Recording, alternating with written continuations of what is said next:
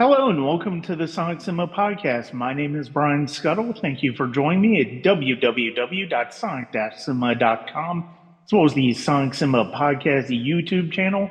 Click subscribe, rate, and review wherever you listen to podcasts, whether it's Apple, Spotify, Good Pods, or pretty much wherever you listen to podcasts. Chances are you'll find us. You can also find us at patreon.com/Sonic Cinema. You can find coverage on the short film blocks of this year's 2026 Atlanta Film Festival, some new episodes of the series Leaving the Collection, and much more. That is at patreon.com/Sonic Cinema. So this is now our seventh episode in discussing the ideas of fascism, authoritarianism in cinema. And we're going a bit off the beaten path a little bit with this one. Typically, what these episodes have shown, they've shown basically political uses of power in terms of reflecting authoritarianism in cinema. This one, we're going in slightly different route because of the fact that we're going to go through something that has really kind of been very prevalent over the past decade as we've seen more and more sliding into authoritarianism, especially in the United States, and that is the prevalence of conspiracy theories. And we're going to look at three films that look at people all going down the rabbit hole.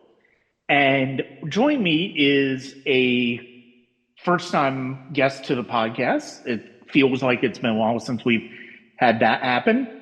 He is a movie reviewer, and he has his reviews on places like YouTube and TikTok under Ben Talks Film. And please join me in welcoming to the podcast Ben Friedman. Ben, thank you very much for joining me.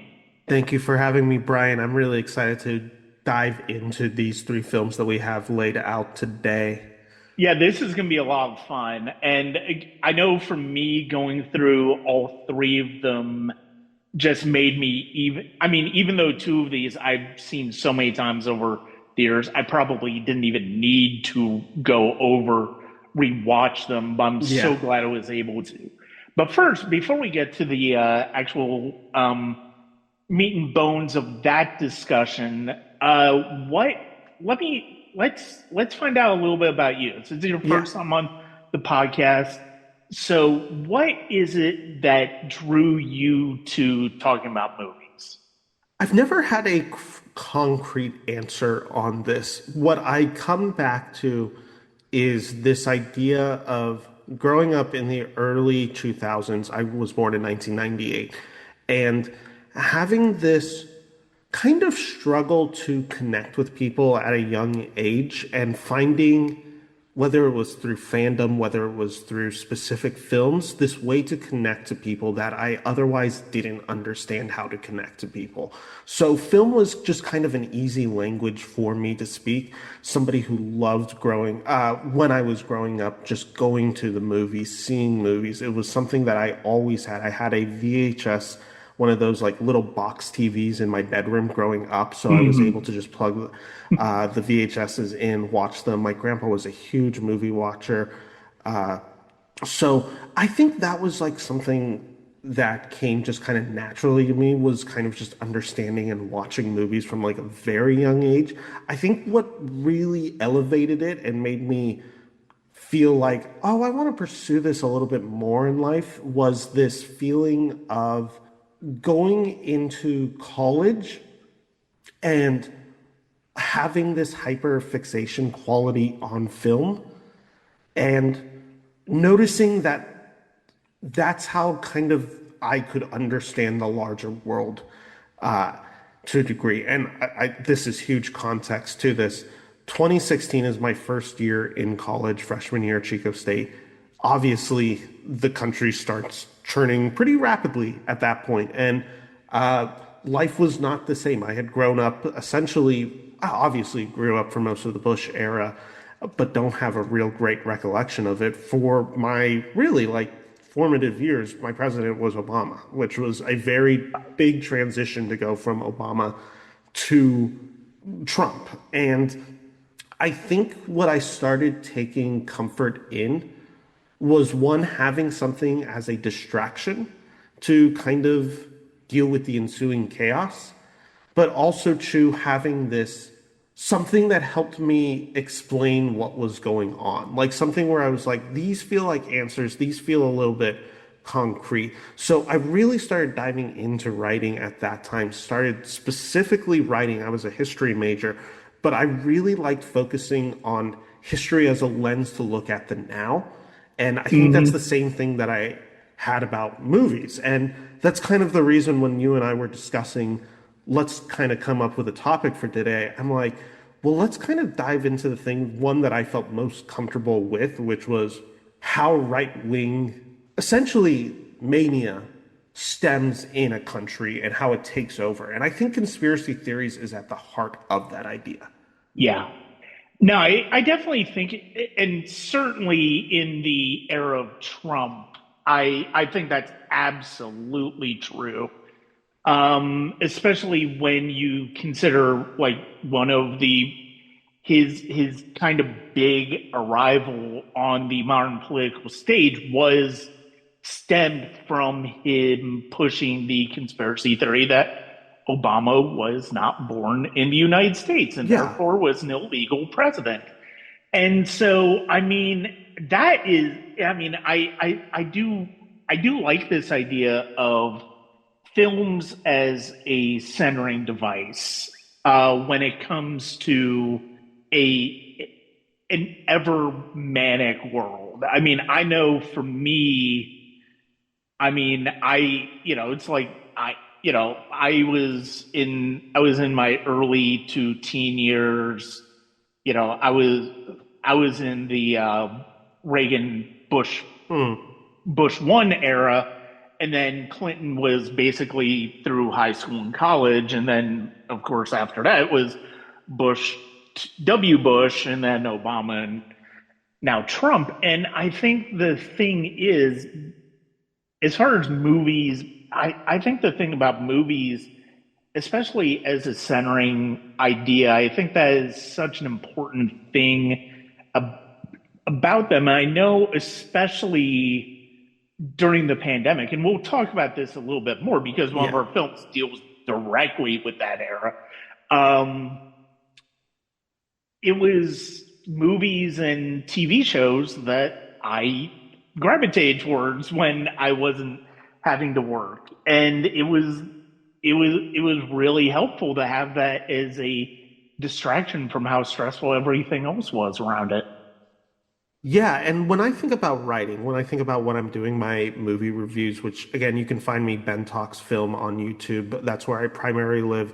You can also find some of my writing on Highbrow Magazine. But when I think about writing specifically about film and talking about it, I notice it's impossible for me not to be reactionary. Like it's Yeah. impossible for me not to come into what I'm bringing in my own life at that moment with writing. And I try not to make apologies for that. I think film is supposed to be meet you where you live right now.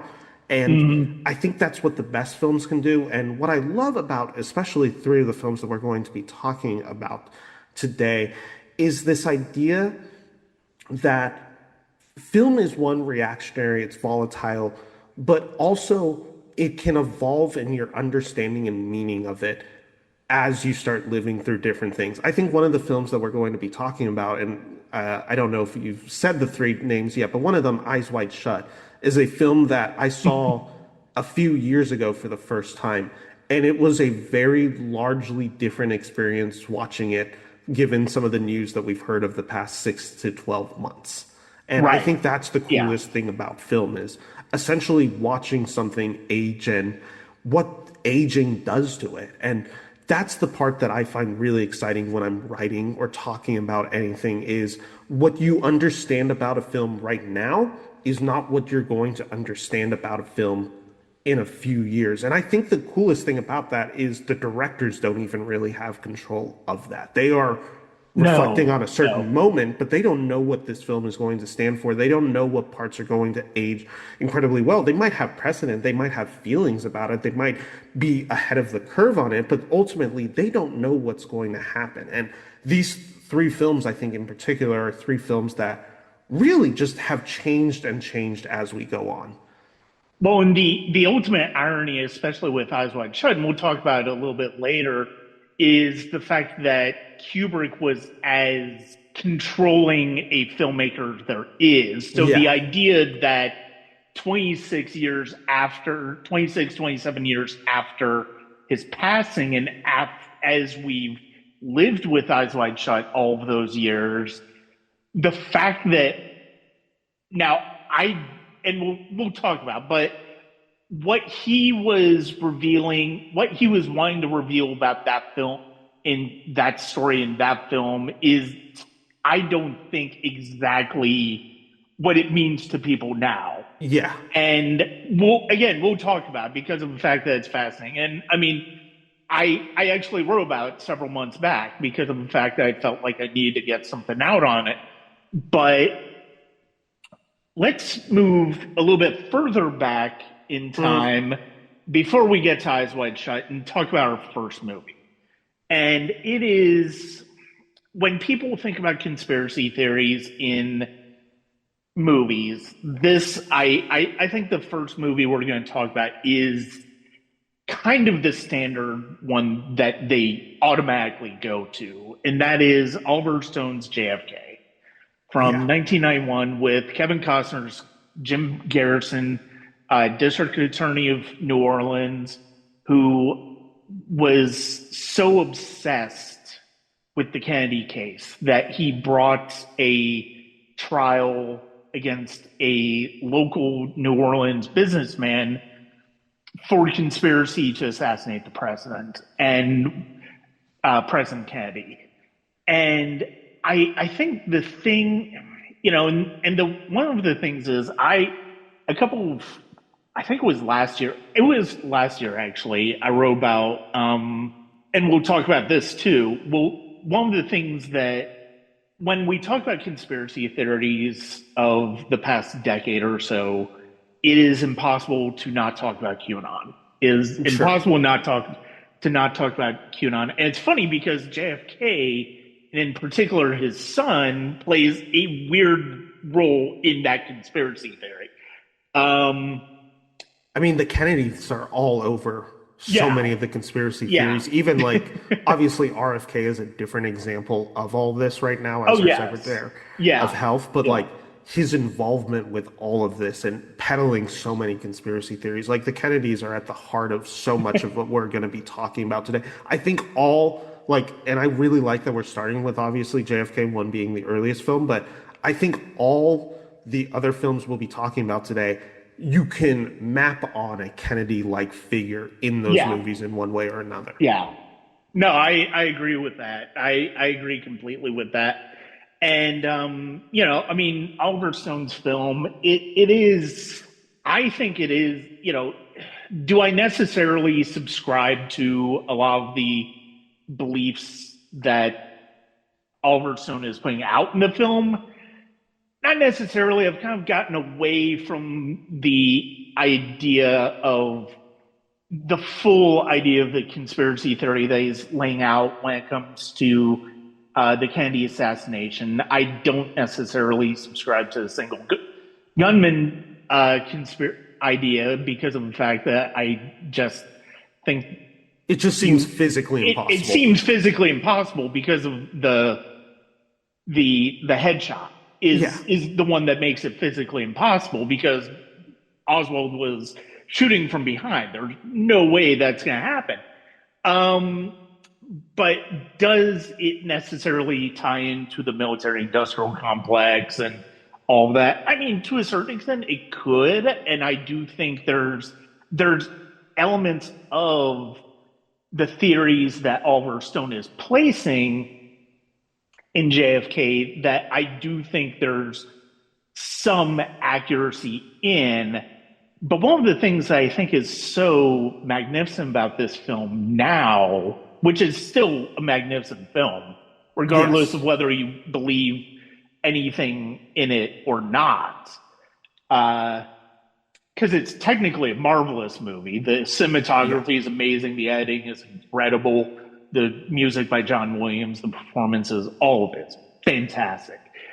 The fact of the matter is, the thing that I think becomes so much clearer as the more we watch JFK, and this is a film that I've watched numerous times over the years. I love Mm. watching it. It never gets old.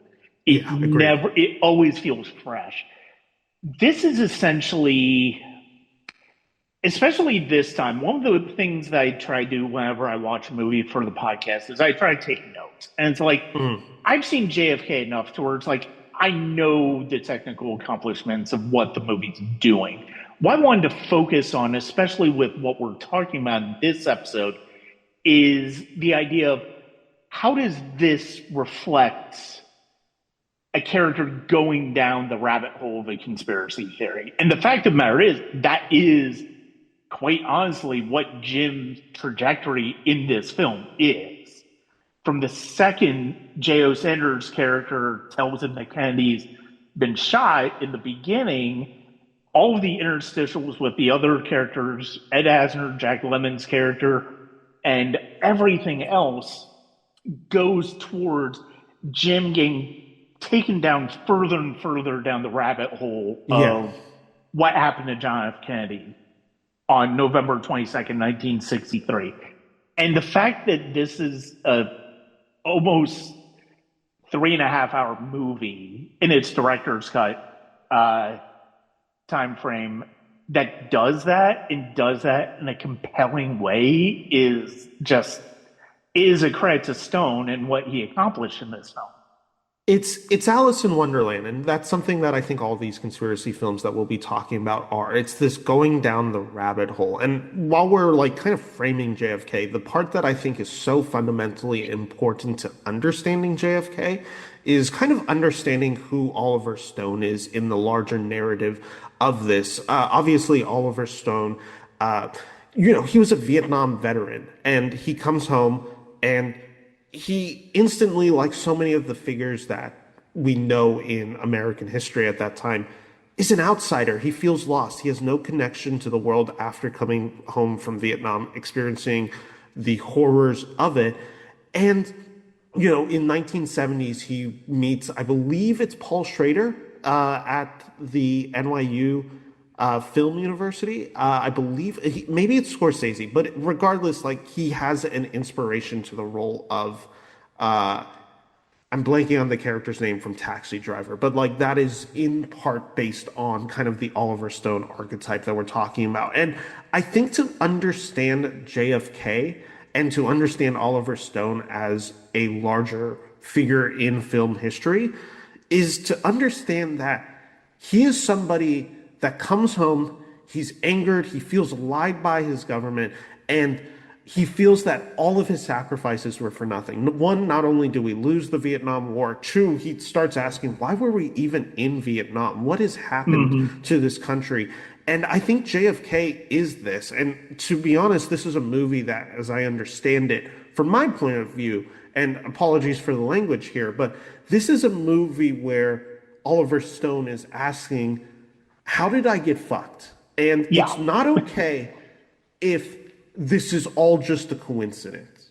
It has to mean something. It has to be somebody put me here because they were trying to enrich their pockets, and JFK was the one standing between Vietnam and the military industrial complex and all of this. So somebody had to directly interfere with this all. Otherwise, my life has no meaning. And it's something that I think Oliver Stone comes back to throughout his films. Obviously, he is somebody so greatly focused and enamored and traumatized by Vietnam. You see that in Platoon.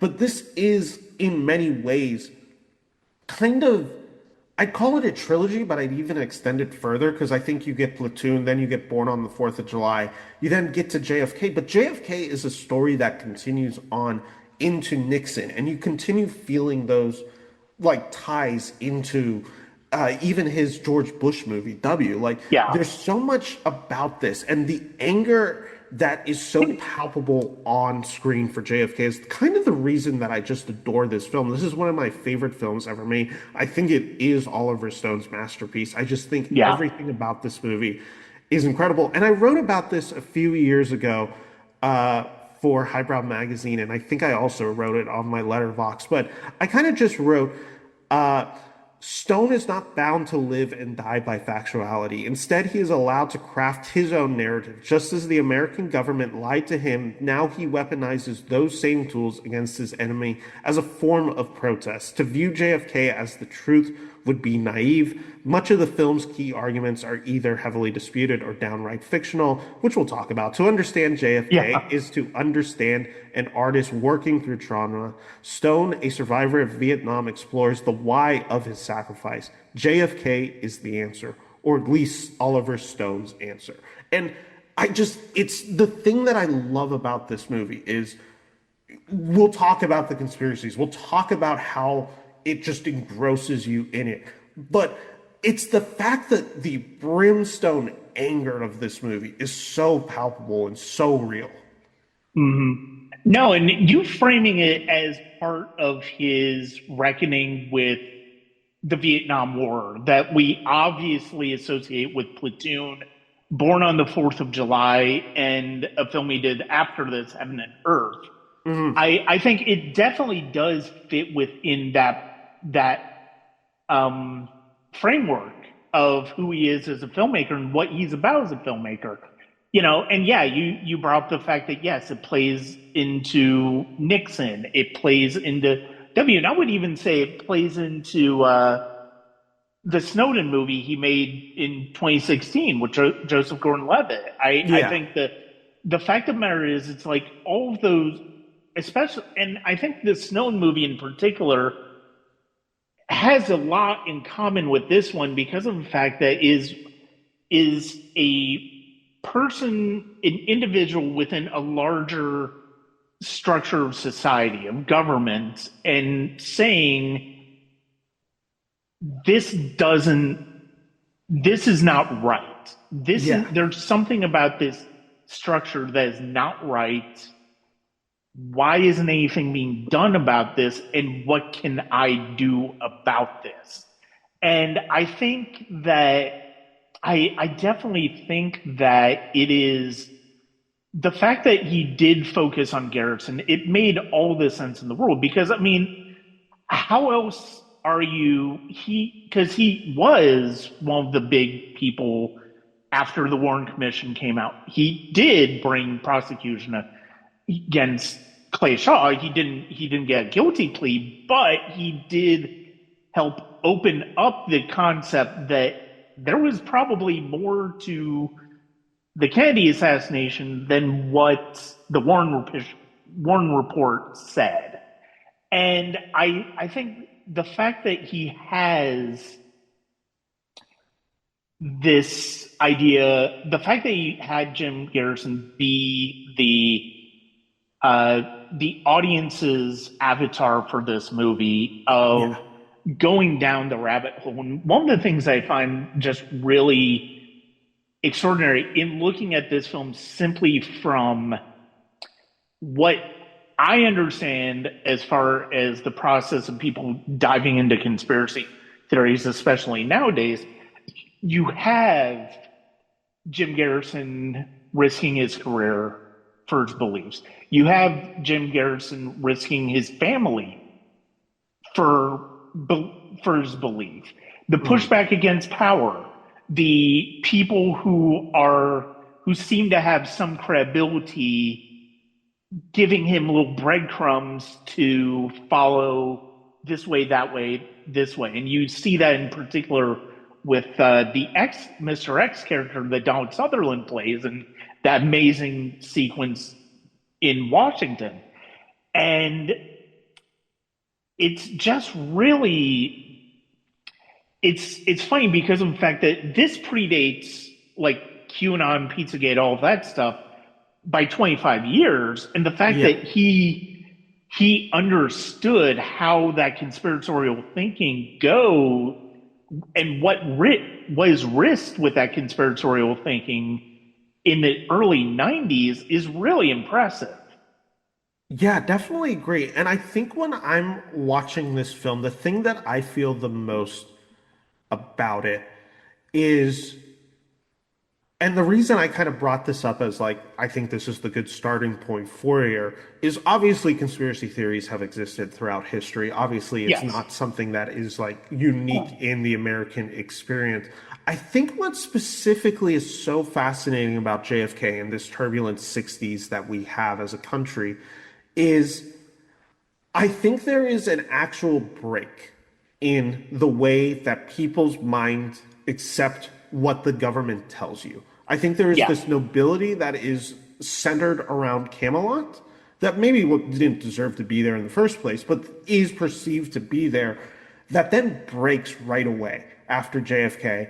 And then after you start getting into these conspiracy theories, once you have a TV that can play the Warren Commission, that can play this assassination attempt. And obviously, then you get into MLK, you get into Bobby Kennedy getting shot. Obviously, MLK, the more that we learn about that and understanding that the government had a larger role in that Yeah. assassination attempt than, or not Yeah. attempt, assassination than was originally believes. And also, like, this movie exists 1991. It's also very much in conversation 1 year later with Spike Lee's Malcolm X movie, which is another movie that I Yes. don't think is necessarily as conspiratorial, but is a movie about how a government is lying to you and destroying people's lives for the sake of their riches. And what I find so fascinating while focusing in on JFK is I think, and again, I can't speak on it for sure because I wasn't around in 1991 when this movie came out, but there was such this gap of knowledge of what the truth was surrounding JFK, and I think there was a generation of people who felt lied to the entire time. This doesn't feel real. That when this Mhm. movie came out in 1991, and it's so elaborate, it's so well written, of course, it has an iconic John Williams score coming from a guy who had just won Best Picture, starring America's like grand actor in Kevin Costner at the time.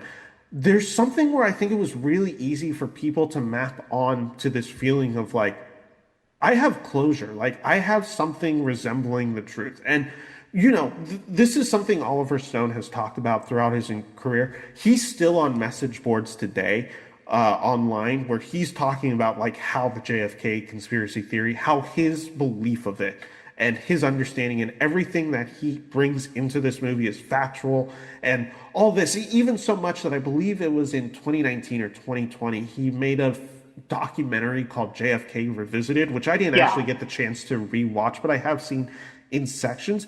This is somebody who fully believes everything that this movie is ascribing. I personally, when watching this movie, I am able to separate some of those feelings. I do think this movie does make an elaborate case of there is enough truth in here that allows you to feel, if not resolution, something that feels emotionally true. And emotionally and factually true Mhm. are completely different things. But when you're not getting the facts, I think emotion's a really easy thing to play into and buy into. And I think that's what JFK as a film does so well. And, Yeah. it's such a different experience. So you talked about Jim Garrison prosecuting Shaw in real life. Like, this trial, from my understanding, was a disaster. Like, from my Yeah. understanding, Garrison did not come in prepared. He was not a particularly good person at prosecuting the case against Shaw. And that's the funny thing, because now when you think of Jim Garrison, you think of this iconic moment that comes in the third act of this movie, where Kevin Mhm. Costner, and I think personally giving his best performance of his career, he's doing, Yeah. To Kill a Mockingbird. He is the ultimate lawyer in that moment. He is the American truth.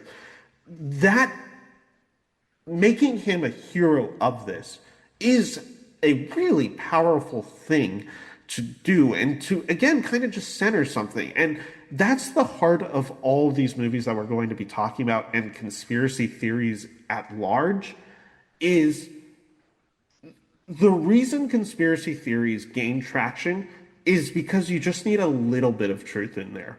Like, Yeah. and obviously we'll talk about that idea when we get to Eyes Wide Shut. But like the reason Hmm. Pizzagate and QAnon is so enticing and so, mind bending to people and can just get them so lost in the rabbit hole is there is just enough basic truths in these statements. And once you start believing that, the most powerful of the most powerful are, you know, making children sex slaves. Like once you just Yeah. believe that first part, which we know from Epstein, like we know like Hmm. just the basic stuff from that. Yeah.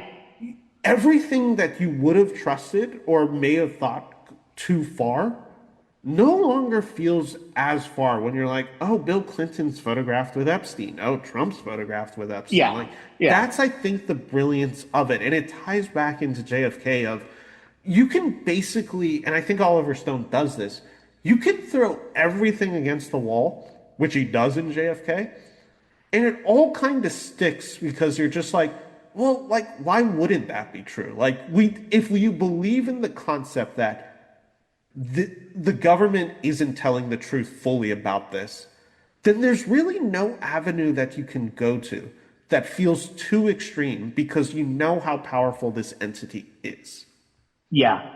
No, I can agree more. And I mean, you get to something when you talk about emotional truth when it comes to JFK that, I mean, even Roger Ebert, when he wrote his great movies review of JFK, he mentions it's like, is JFK is not necessarily what you would call factual, but it is emotionally factual. It Hmm. captures the emotions of how we feel about JFK. And yeah, I mean, by 1991, when this movie came out, I mean, yeah, there were conspiracy. Yeah, I mean, conspiracy theories had built up about the JFK assassination by this point. It was an industry, but was on the fringes. It Yes. wasn't something that was mainstream the way it became afterwards. So the fact that you have, and I agree with you about Costner, he's absolutely fantastic. And yeah, I mean, I think you mentioned his courtroom scene. It's funny because of the fact that this is kind of a courtroom drama, but it's also kind of not because of the fact that it doesn't spend a whole lot of time in the courtroom. It's like the last hours of courtroom drama. Yeah. And the rest of it is the prelude to the courtroom Yeah. showdown with Building the Shaw. case. And I mean, I think the thing that is really, it is getting to that emotional truth because of the fact that, yeah, and you are absolutely right about the 60s. And it's like you talk about the, it's the combination of the assassination of JFK, the escalation into Vietnam, and the backlash that had going into the 70s. You look at the civil rights movement and the assassinations of Martin Luther King Jr. and Malcolm X, and MLK obviously is a big one because of the fact that Oh, we do know that the government did play a pretty significant role in that. yeah. And then you also have the assassination of RFK um, Sr. And the fact of the matter, like, yeah, you get to the 60s as this breaking point of our government. We can't trust our government as much as we felt like we could before. Like all of the propaganda of the 40s and 50s when it came to World War II, when it came to fighting, the Cold War and fighting communism. I mean, it didn't go away after the 60s. The Cold War stuff didn't, but it was harder to believe Yeah. once the 60s happened. And the fact of the matter is and the truth is that yeah, we do get to that point. And I mean, the assassination of JFK is a breaking point in American history, not just because of the fact that it was an assassination of a US president, although I mean that certainly is a big part of it, but it's also this idea that we there's so many little crumbs along the way that make us realize, oh, the government is not uh, being honest with us about this. And why is that? And Yeah. yeah, we can, and we'll definitely talk about that more with Eyes Wide Shut. And to a certain extent, Eddington, because I do think all three of these do get to that basic idea of what can we believe based on what we've been told versus the reality that we're living in. Yeah. And I think with JFK, like, obviously, the meat and potatoes of this film, like the center of this film, for this movie to work, you need the Mr. X scene with Donald Sutherland Yeah, to be essentially what buys you into everything about this movie. And I think this is the most powerful moment where Mr. X is basically explaining here is the US intervention for the past 20 plus years. Here's everything that we have done. Here's every operation that we've lived in. Here's everything that I've done personally. And obviously, the more you read about it or think about Mr. X, like, it's such a fictional character. And like, it seems like it's, at least according to Stone, it's a few individuals kind of wrapped into right, one that is right. serving as a entity for a government official, essentially. And the thing that works so well about this Mr. X scene is, again, how logical I guess it kind of feels when you're watching the movie of like, oh Mm-hmm. yeah, of course, like, and I think that's something that's grown more in appreciation the more time has passed. Where obviously 1991 comes out, this moment is kind of the highlight of this movie. The more we've gotten further away from the 1960s, the more we've gotten further away from Vietnam. I think this Mr. X scene really starts resonating even more because we begin to distrust our government in more and more ways. Obviously, the 2000s is like kind of the prime example of that. And Yeah, everything involved with Iraq and all the lies that were told there, all the propaganda that was told there, every foreign intervention that we had in the Middle East from like the yeah, 1960s to now, it just feels like kind of this continuation of disruption that we're doing in other countries and the easiness it is to lie. I think it's one of the reasons that, especially a young group of people, and I'll include myself in this, is just like the Israel-Palestine conflict right now and the what Israel is doing against the Palestinians and how easy it is to kind of graph, the extremes of that and just the US government's role in this and this connection to this. And again, yeah, this isn't a movie about that in particular, but I think it is a movie that explains why somebody would go to and understand ways that are essentially understand something differently than what the US government itself is proclaiming to be the truth. yeah. Well, especially as we get older, I think it's easier. As we get older, I think it's easier and easier for a lot of us to kind of see the ways in which propaganda is disseminated and how it works and how it doesn't. I mean, I agree with you on the 2000s when it comes to the war on terror post 9/11, which was huge because of the fact that it set the stage for so much of what's happened in the past 25 years.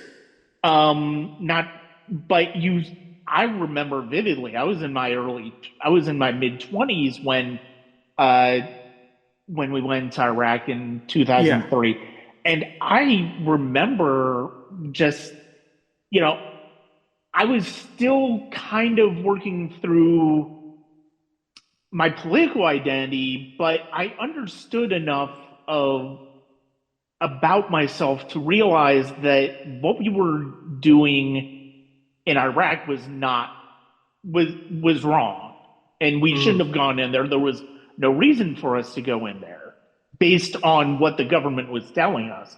I mean, obviously, as the years went on, it became, and I think social media has made this a little bit easier. I think the internet in general has made this easier when it comes to leaks, when it comes to all of this. It's the the the dissemination of information that's counter to what the mainstream media, what the government wants us to know. It is easier to find that so long as you can find sources that you trust and sources that can be trustworthy too, as opposed to just bad actors who are going to, you know, just throw anything out there. And I think there are certainly plenty of bad actors out there nowadays. I mean, we'll get to that as we get further and further into specific conspiracy theories, And I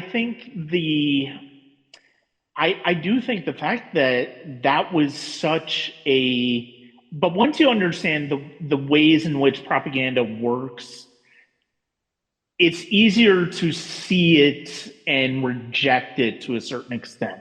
Some people can't reject it. Some people they're going to buy into it until the day they die. And that's the fact of the matter is that's just the way it is. Some people are just they're going to buy into it until they die. I know I had parents and grandparents who were like that. But the fact of the matter is, it's like, especially the more curious you are, the more you can see that facade start to crumble. And Definitely. it's like, I do think it's one of those things where it's like, yeah, I mean, so much of it's funny because of the fact that it's like, JFK is the movie that Stone was I feel like Stone was working his way up to in his early career and then working out from afterwards. I don't think he's ever been able to escape JFK as a film. I don't No, think he's no. never been able to fully satisfy that itch that he clearly has with this movie. And it's fascinating to see how his filmography, I should say, continues to evolve and wrestle with this idea of JFK. Because I think there was this hope for him. And again, I'm being completely speculative. I don't know the man. I don't know enough about the man. But I think there is this want from him of, if I finally put this out in the world, I can finally unrest this burden from myself. Yeah. And I think it actually had the opposite effect of one of the huge things that happened right after the release of this movie and how much it became a phenomenon was Congress was then like, okay, we're going to declassify the JFK assassination files, and then the world will know. And as of most recently, it's still getting pushed back from the government.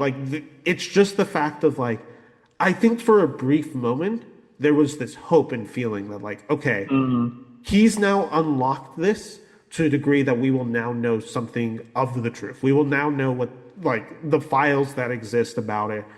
And the fact is, 30 plus years later after the release of this movie, we're still as much in the dark about JFK as we were in 1991. And I think it's why something like this movie, JFK, is so, in many ways, empowering, is just the understanding of if you're not going to tell us the truth, then we're going to kind of just go with what the truth most likely seems. And I think that's the genius of this movie, is the way it interweaves with itself and the way that it's in communication with itself.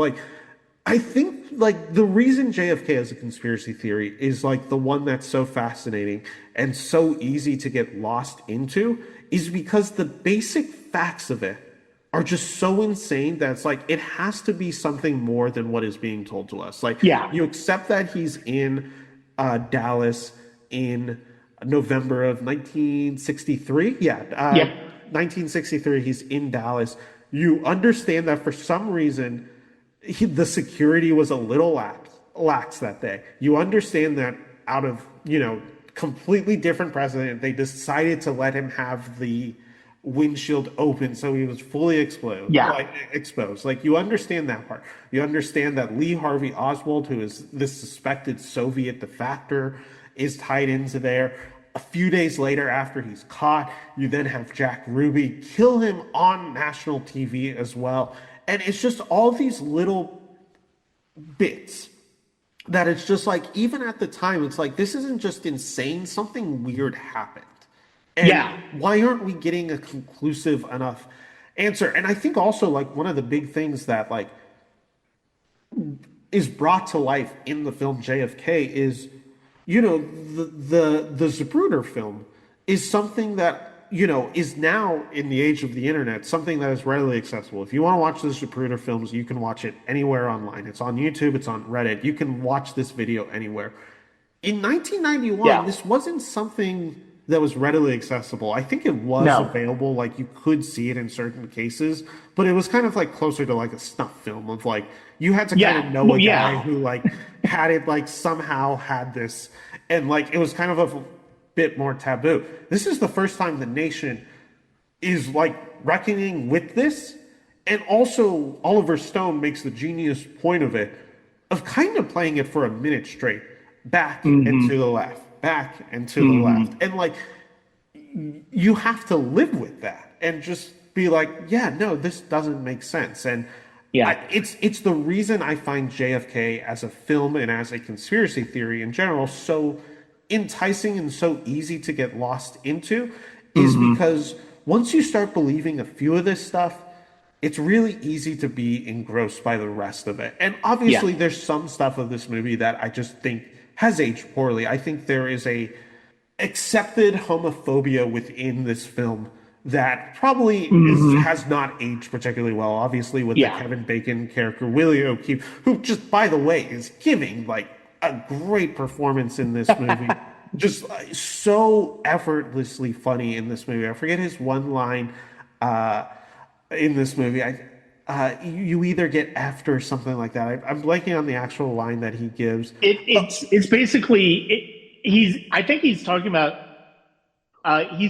Garrison, and I can't remember I'm what gonna it look is, up the and line. it's something about because you don't know what it's like to be effed in the ass, Yeah, and the and I but no, I think when it comes to, and I mean, even when you laid it out there, you talk about the assassination, you talk about all of the strange things that happened in Dallas that day, you talk about the quick arrest of Oswald, and then you talk about the fact that almost immediately he is gunned down by Jack Ruby. That 2 right days, right? there, Isn't it like 2 or 3 days later? yeah, 2 days later, that right there is enough to make you wonder what the heck is going on with this. And like if Oswald had been able to stand trial, it survived to stand trial, obviously probably would have been found guilty, executed, all that stuff. I don't think the questions about the assassination would have been as prevalent. But the fact that he was arrested almost immediately, and then 2 days later he was gunned down by Jack Ruby, I think that's the opening to what the hell is going on here. Yeah, and What the specific, hell? just to go back to a point, the Kevin Bacon, Willie O'Keefe line is you don't know shit because you've never been fucked in the Yeah, ass. yeah. Which, the way Kevin Bacon delivers this, there's so many great line readings in this movie. Joe Pesci as David Ferry has one of my favorites. Oh my God, Where he's screaming, he's like, the shooters don't even know. Like, all of that stuff in this movie is so memorable. And I also think that's a huge reason this movie lives on, is because I'm just going to kind of read the cast list of characters that have great moments. Kevin Costner, obviously, as Jim Garrison. Kevin Bacon as Willie O'Keefe. Tommy Lee Jones, Laurie Metcalf, Gary Oldman, Michael Rooker, J.O. Sanders, Sissy Spacek, Joe Pesci, Jack Lemmon, Walter Matthau, Donald Sutherland, I think giving the best performance of this movie, Brian Doyle Murray, Ed Asner, John Candy, who we haven't talked about as Dean Andrews Yeah. Jr., which is, if I give you the big enchilada, like just that whole scene of like, What is wild, especially about his performance, is the fact that it's like John Candy is this comedic actor, yeah, but he is as straight faced, as serious in his performance as Dean Andrews as anybody in that movie. But it's still really funny because of the way he delivers those lines. And no, the fact that he goes toe to toe with Garrison and Costner in there, it is just a marvelous performance. You're absolutely right. I mean, look, the fact of the matter is, it's like this is one of those movies where the 6 Degrees of Kevin Bacon game came out of, because of between this and A Few Good Men, Yeah. he's basically in a movie with half of Hollywood. Yes. And so the fact of the matter is, he is able to. The fact of the matter is that you can connect so many different movies, and obviously there's Gary Oldman Yeah, of as course. Lee Harvey Oswald. There is uh, who's it? Gene Triple. Yeah, is it Gene It or is it was. Lolita Davidovich? Is who I'm thinking. I'm The trying to. call girl that's Oh, talking about. Louita. She plays Beverly Oliver in the film. Yeah, yeah.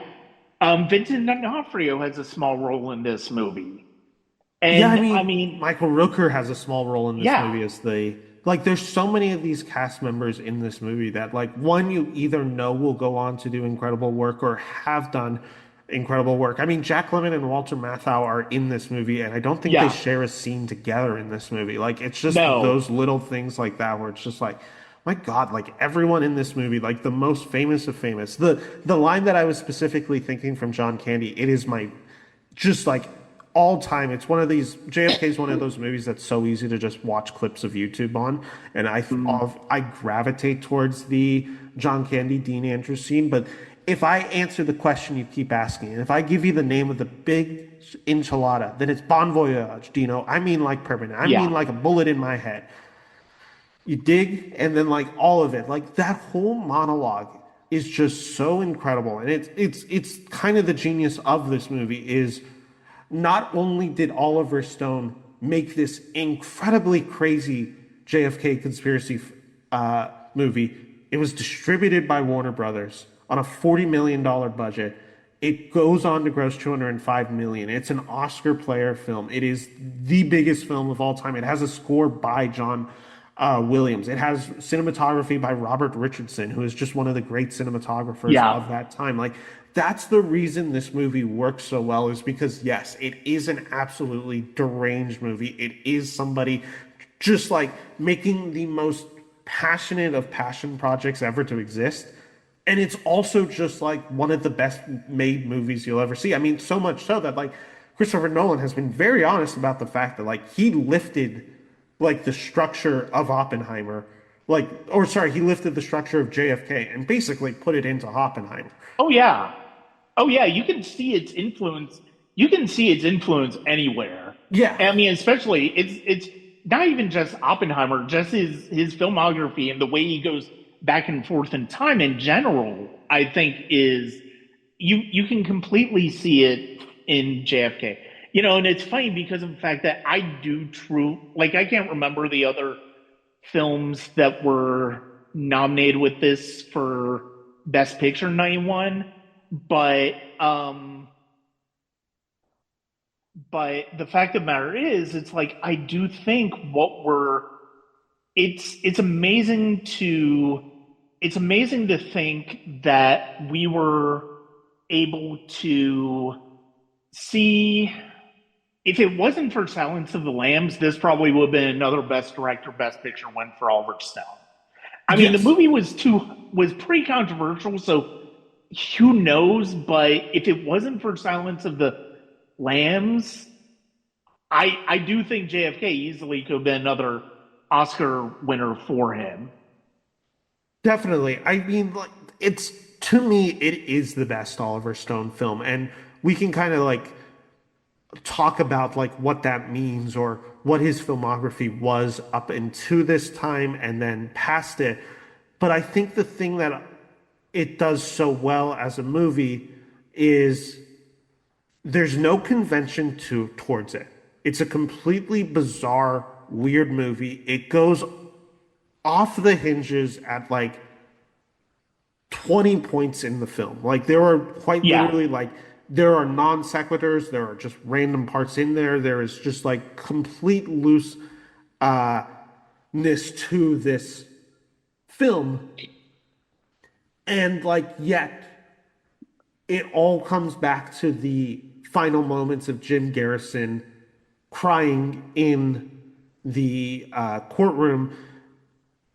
Like that's the movie right there, is like that's the movie of just like we just have to live with this, and there is an emptiness that comes away from reality, and yet there's a sense of like maybe Garrison gets his piece. And I think like some of the best conspiracy movies do this. We're not talking about this film today, but Zodiac is another great example of just Oh like we'll God, never know yes. what happens. And I think at least with JFK, and it might be now appropriate to move on like to Eyes Wide Shut, because I think like there is this like quite literally like this like tangent that comes with JFK to Eyes Wide Shut is Hmm. like this. If this is what broke the brain of so many people, Eyes Wide Shut is a fascinating movie that I think only continues to break people's brains. Like, Yeah, this is a movie that I think is so fundamentally different from when it was released in 1999 to when watching it in 2026. I completely agree with that. And yeah, we can go. It's. I was actually just about to say the last thing I will say about JFK before we move on is that one of the things that makes this relevant to this larger discussion about authoritarianism and fascism in cinema is this whole idea that knowledge is power, Yeah. and the suppression of knowledge is power. And I think that is a great pivot point to Eyes Wide Shut, Stanley Kubrick's 1999 film with Tom Cruise and Nicole Kidman. I do not necessarily want to spend a whole lot of time talking about the cinematic qualities of Eyes Wide Shut. I went Yeah. over this. I did. It's funny because of the fact that I've already covered Eyes Wide Shut. This is part of my class of 1999 discussion. I released this on that episode on the anniversary of Eyes Wide Shut's 20th anniversary release in 2019, and it's funny because of the fact that I haven't listened to that episode in a while. I don't think we talked about it, but that was around the time that Jeffrey Epstein was arrested and about a month before he died in custody. Yeah. And, you know, there's so much to talk about when it comes to technical aspects of Eyes Wide Shut, but this kind of goes back to what I wrote about in, I believe, February or March is when I wrote. I basically talked about Epstein with regards to Eyes Wide Shut because people start, and to your point that you've already made, people, the reason this movie is already, I think, gradually returned in grown in prestige over the Yeah. years compared to how it was released in 1999. It was largely positive by a lot of critics, but was still very mixed. And it was somewhat successful at the box office, but not quite. It just didn't quite seem successful in the way it is over the decades. Is grown in esteem, much like a lot of Kubrick's films do. I mean, it's risen. I do think it's risen up to the level of Barry Lyndon or 2001 or Doctor Strangelove when it comes to his work. This is Um, my favorite Kubrick. I completely respect that. It's certainly one of my favorites as well. I think I've got 2001 shining right above it, Fair. but yeah, it is one of mine as well. And yeah, I mean, basically, the thing on the surface, the film is ultimately, I on the surface, the film is about a fracture point in the relationship between Tom Cruise and Nicole Kidman's married couple when a revelation on Alice's part comes to light and Tom Cruise and Bill Harper, the Tom Cruise character, just can't handle it. And he goes on this all night odyssey in New York where he finds himself tempted at every turn with all forms of sex.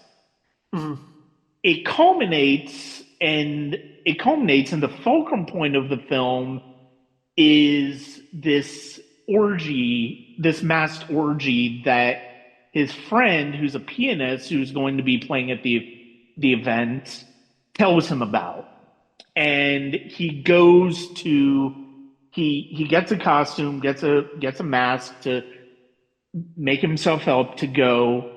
He goes, experiences the orgy. It's very everybody's in masks. It's very ominous. It is very dark. It doesn't really do it's not a strictly speaking, it's not a titillating experience. Sure.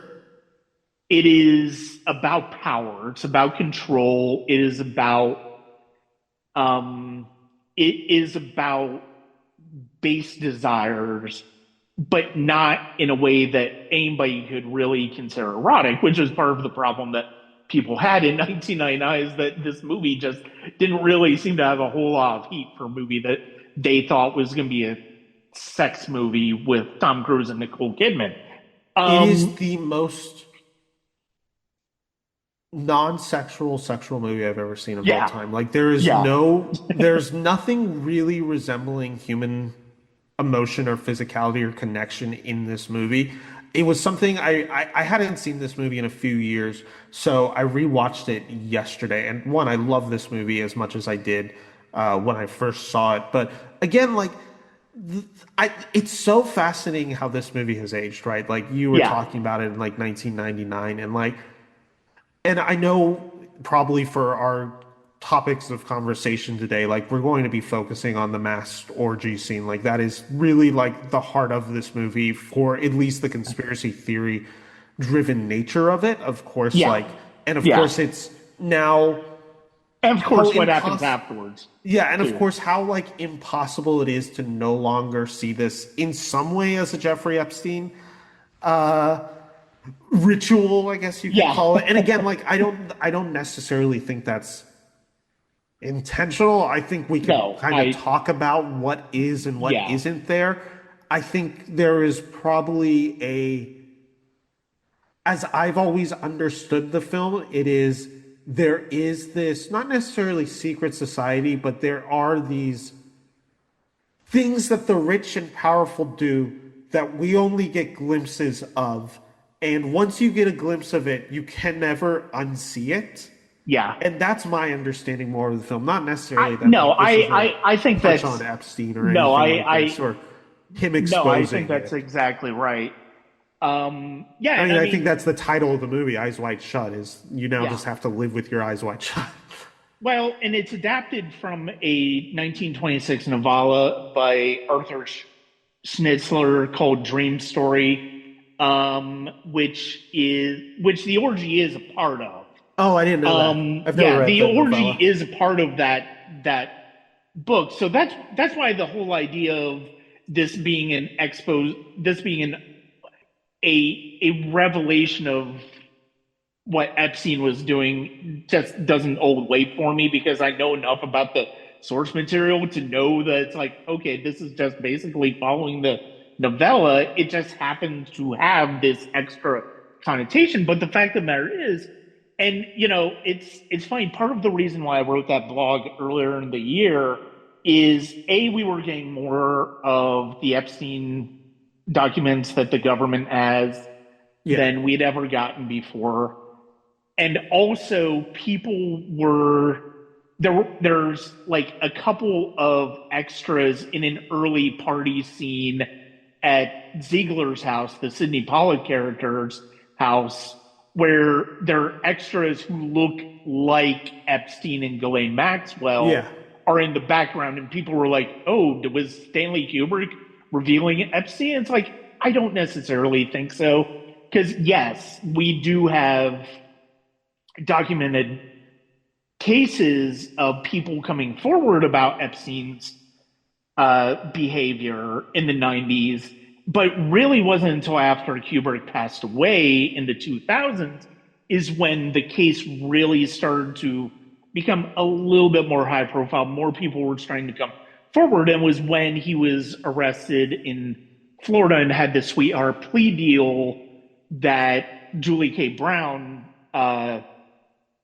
uncovered in her great reporting. And so I don't think that Kubrick was, plus Kubrick was a recluse in England. Like he was a recluse in England the last 3 decades of his life after he made Lolita. So he was very secret. He wasn't part of high society. Sure, he probably knew that stuff like this happens, but he didn't know the extent to it in terms of Epstein, at least. And I Because think nobody really did at the time. I think that's the connection you make right there. That's like kind of the part of this is just like a lot of people were tangentially aware of stuff like this happening or hearing of these like, mass orgies or anything. Obviously in 1999, I think the one that people were ascribing it to was the Rothschilds conspiracies at the time. Like I think those were the ones that were probably the most like people were Yeah, buying into that one. yeah, Obviously, I think now with everything that we've learned about Epstein, it's really easy to see and think. And like the fact that like they're having, I think in the Epstein files, there was something like we're going to have an eyes wide shut party or something like that. Like yeah, stuff like that, where it's like it's very easy to see why people would think like when they're imagining these horror stories that were happening on the island, it's probably very easy for enough people to kind of think like, what was it like? It was probably something like this, like in yeah. like Oh, yeah. as depicted in 1999, and I probably believe to a degree like that's true. Like, is all of this factual? Probably not. It's Yeah. hard to actually say Well, what is and what isn't, but is enough of it, again, kind of the idea of an emotional truth, like, is enough of this, like, plucked from somebody getting enough of an inkling to be able to write about this and to expose it in some way that then Kubrick finds fascinating to then document it in a movie, not necessarily relating it to somebody else, but just tangentially hearing it from other people and kind of like, well, if like there was this like orgy of the elite and powerful, this is yeah. probably the way that it would be conducted. And I think that's Right. what Kubrick's hitting on. The funny thing about this movie is, the orgy sequence, like the scene in question, like the huge thing that people think when they think Eyes Wide Shut with Tom Cruise is like it's obviously that sequence. This movie's like not about that at all. Like No. it's really about how far can Kubrick push this real life relationship and kind of destroy it in real time on screen. It's such a fascinating movie because it's almost at times feels despicable what you're watching and how it's doing it. Like the fact is, like what I had noted so much about this movie is one, like Kubrick is fascinated by Tom Cruise as a human being, Yeah. and is fascinated by being like, what if we do everything that goes so against Tom Cruise as a human being? Like one of the things that I noted really early on is, and I also noted it because the night before my girlfriend and I, we went to go see the Top Gun and Top Gun Maverick re-release, which Right. in those movies, for the most part, Tom Cruise is standing shoulder to shoulder with everyone in height, outside of like Miles Teller. But for the most part, like there is definitely this hiding of how short Tom Cruise is as an actor. I believe 5'7". In this movie, Kubrick has no problem being like, oh yeah, Tom Cruise is just shorter than every other human being. Even the way that like Nicole Kidman towers above it. It's something that I think about often where it's just like, how often is Tom Cruise as a performer shorter than everyone else? And there's so many like stories of the way this movie like messes with him and like the fact of like, this movie starts with a shot of Nicole Kidman's bare ass. Like Yeah. that is what this movie is. It is a movie that is just like poking Tom Cruise and kind of seeing like, what can we do and break him with? Like, this movie is about a couple experiencing some form of infidelity or like fantasizing and all of this and like kind of trying to grapple with this. Tom Cruise obviously being in the midst of Scientology at this time being another factor that Kubrick is himself fascinated with. His daughter being somebody who, from my understanding, joined Scientology and kind of got isolated from Kubrick at that point. Like there is all these elements in this movie that he's just playing with and like kind of poking Cruise with. I mean, one of the most famous examples of this is like so and we'll talk more about the conspiracy in a second, but like it's so fascinating. Like, when this movie before this movie shot, Stanley Kubrick joined the couple for a psychoanalysis session. And like they spent days talking about like the most intimate details, fears of their relationship. And Kubrick is just witness to all of it. And neither of them have publicly talked about it. But like it's so clear that Kubrick now knows it and is like, I'm just gonna play to every insecurity specifically Tom Cruise has as a leading man. And just the secrecy of this. Of course, like one of the famous moments in this movie is like Nicole Kidman's character having this fantasy for, is it a naval officer? I don't remember exactly what it is. It's a naval officer. The fact that this movie is constantly cutting to this like fantasy of Nicole Kidman and this naval officer having sex, and like Cruise is like getting quite literally driven mad by it. And like it took 6 days to film. Like that's the craziest thing about this movie. This film was a 400-day shoot, 6 days to film. Cruise was not allowed on set, and they weren't allowed to talk about any of like what was happening. Like Cruise had to have gone insane during this. There's no normal way to respond to this. Well, it's funny because of the fact that you mentioned what was fascinating to me rewatching it last night in preparation for this. I had watched it a few months ago, so really I didn't need to rewatch it. It was still fairly fresh in my mind. Now I've seen it plenty of times over the years. But what was fascinating to me watching it over last night, especially when we get to that end scene in the toy store. Which is, I think, the heart of the conspiracy. Like that's so so many people bring that scene as the anchor of the conspiracy. The fascinating thing about this movie, especially when it comes to the larger trajectory of Tom Cruise and Nicole Kidman's career, you were right. You're right. They were on set for over like a year and a half, 2 years. Yeah, 430 days, I think, movie. Or something like that. And so he had like no contact with anybody. And the fact that this is we feel like we get the idea that this is a breaking point for this couple, probably for the first time in their lives. Yeah, this is the first time they're challenged, I think. But the weird thing about it is what happened not long after Eyes Wide Shut came out. Tom and Nicole basically called quits. Yeah. And part of it was his relationship with Penelope Cruz on Vanilla Sky and all that stuff. But the fact of the matter is, it's like this was that breaking point for that relationship. And so, and part of it was because of the fact that Nicole Kidman wanted to get away from Scientology and Tom didn't want that. But yeah. I don't know if there's any couple who could go through what Tom Cruise and Nicole Kidman did to make this masterpiece of a film and come out normal on the other side. I literally don't know. Like, so many of the stories, from what we know, like, that's the crazy thing. There's so much that we don't know about the production of Eyes Wide Shut. But, like, the fact is, Kubrick demanded that Kidman shoot 6 days of naked sex scenes with a male model. This is one of the craziest ones. Not only did he ask the pair to pose in over 50 erotic positions, he banned Cruise from the set and forbade Kidman to assuage her husband's tensions by telling him what had happened during the shoot. Like, this is crazy. Like, this is crazy that this movie happened. It's crazy that it was released by Warner Brothers.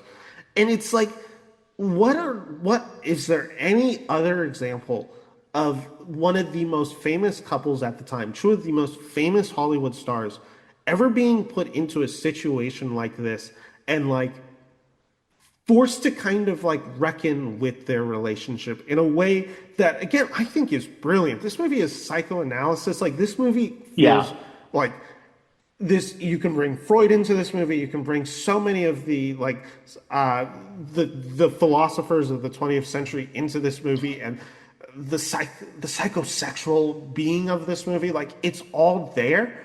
And I think one of the weirdest parts of this movie is the fact that it's now become a conspiracy theory movie. And obviously Yeah. there's reasons for this. One of the biggest reasons that is Kubrick shows the film to Warner Brothers, 4 days later dies out of the Yeah. sun. And everyone who's talked about it, of his death at the time, was just like, we had just talked with Kubrick the day before.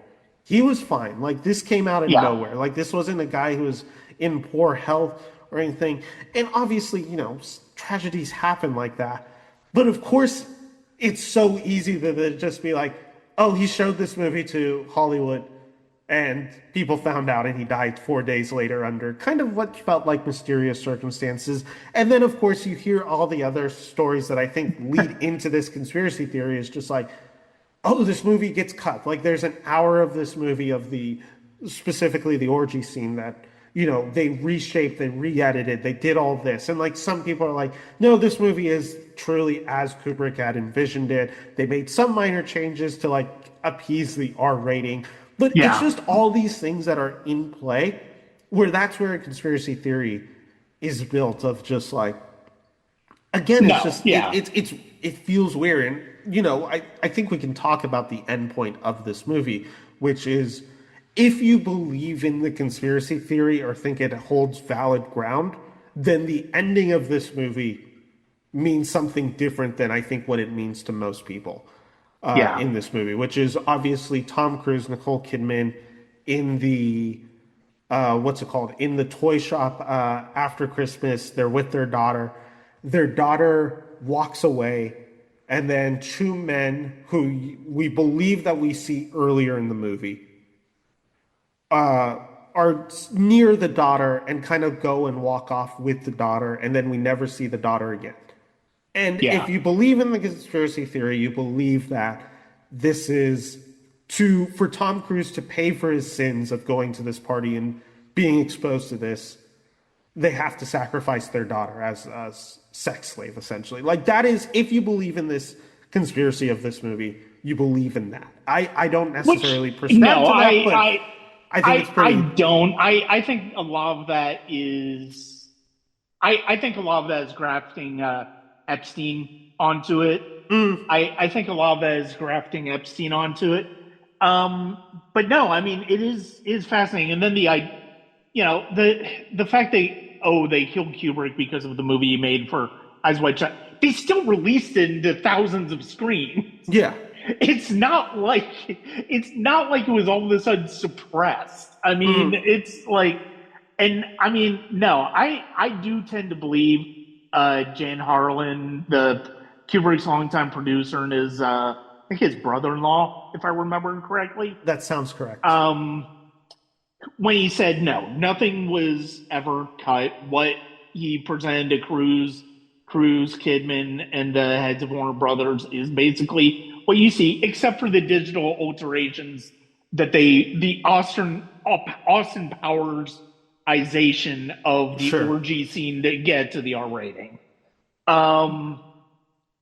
No, I think I think a lot of that is just people's ways of trying to interpret it when it comes to Epstein. And I mean, look, the fact of the matter is, but the thing, I think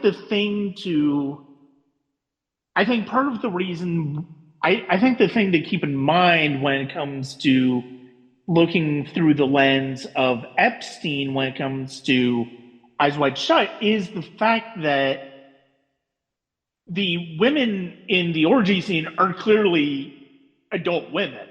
Like, they're not children. They're not teenagers. They're adult women. They're clearly adult women. They're clearly prostitutes. And even the one that sacrifices herself for Bill during that sequence is the prostitute from the beginning of the movie that was ODing.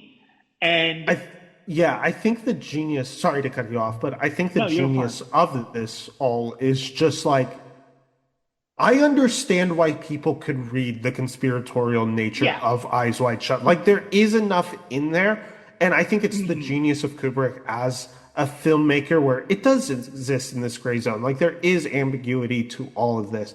So it's like, again, it's kind of one of these things where you can see, like, okay, we know that supposedly that this ritual that happens on Christmas Eve or Christmas Day, whatever day it is, I think it's Christmas Eve, but like you understand that this is the rich and the powerful. That like Tom Cruise, I tried estimating what I thought he was probably worth in this movie. I was assuming he might be like a millionaire, but not anywhere near like billionaires, which is probably what you're believing that the Yeah. ritual is.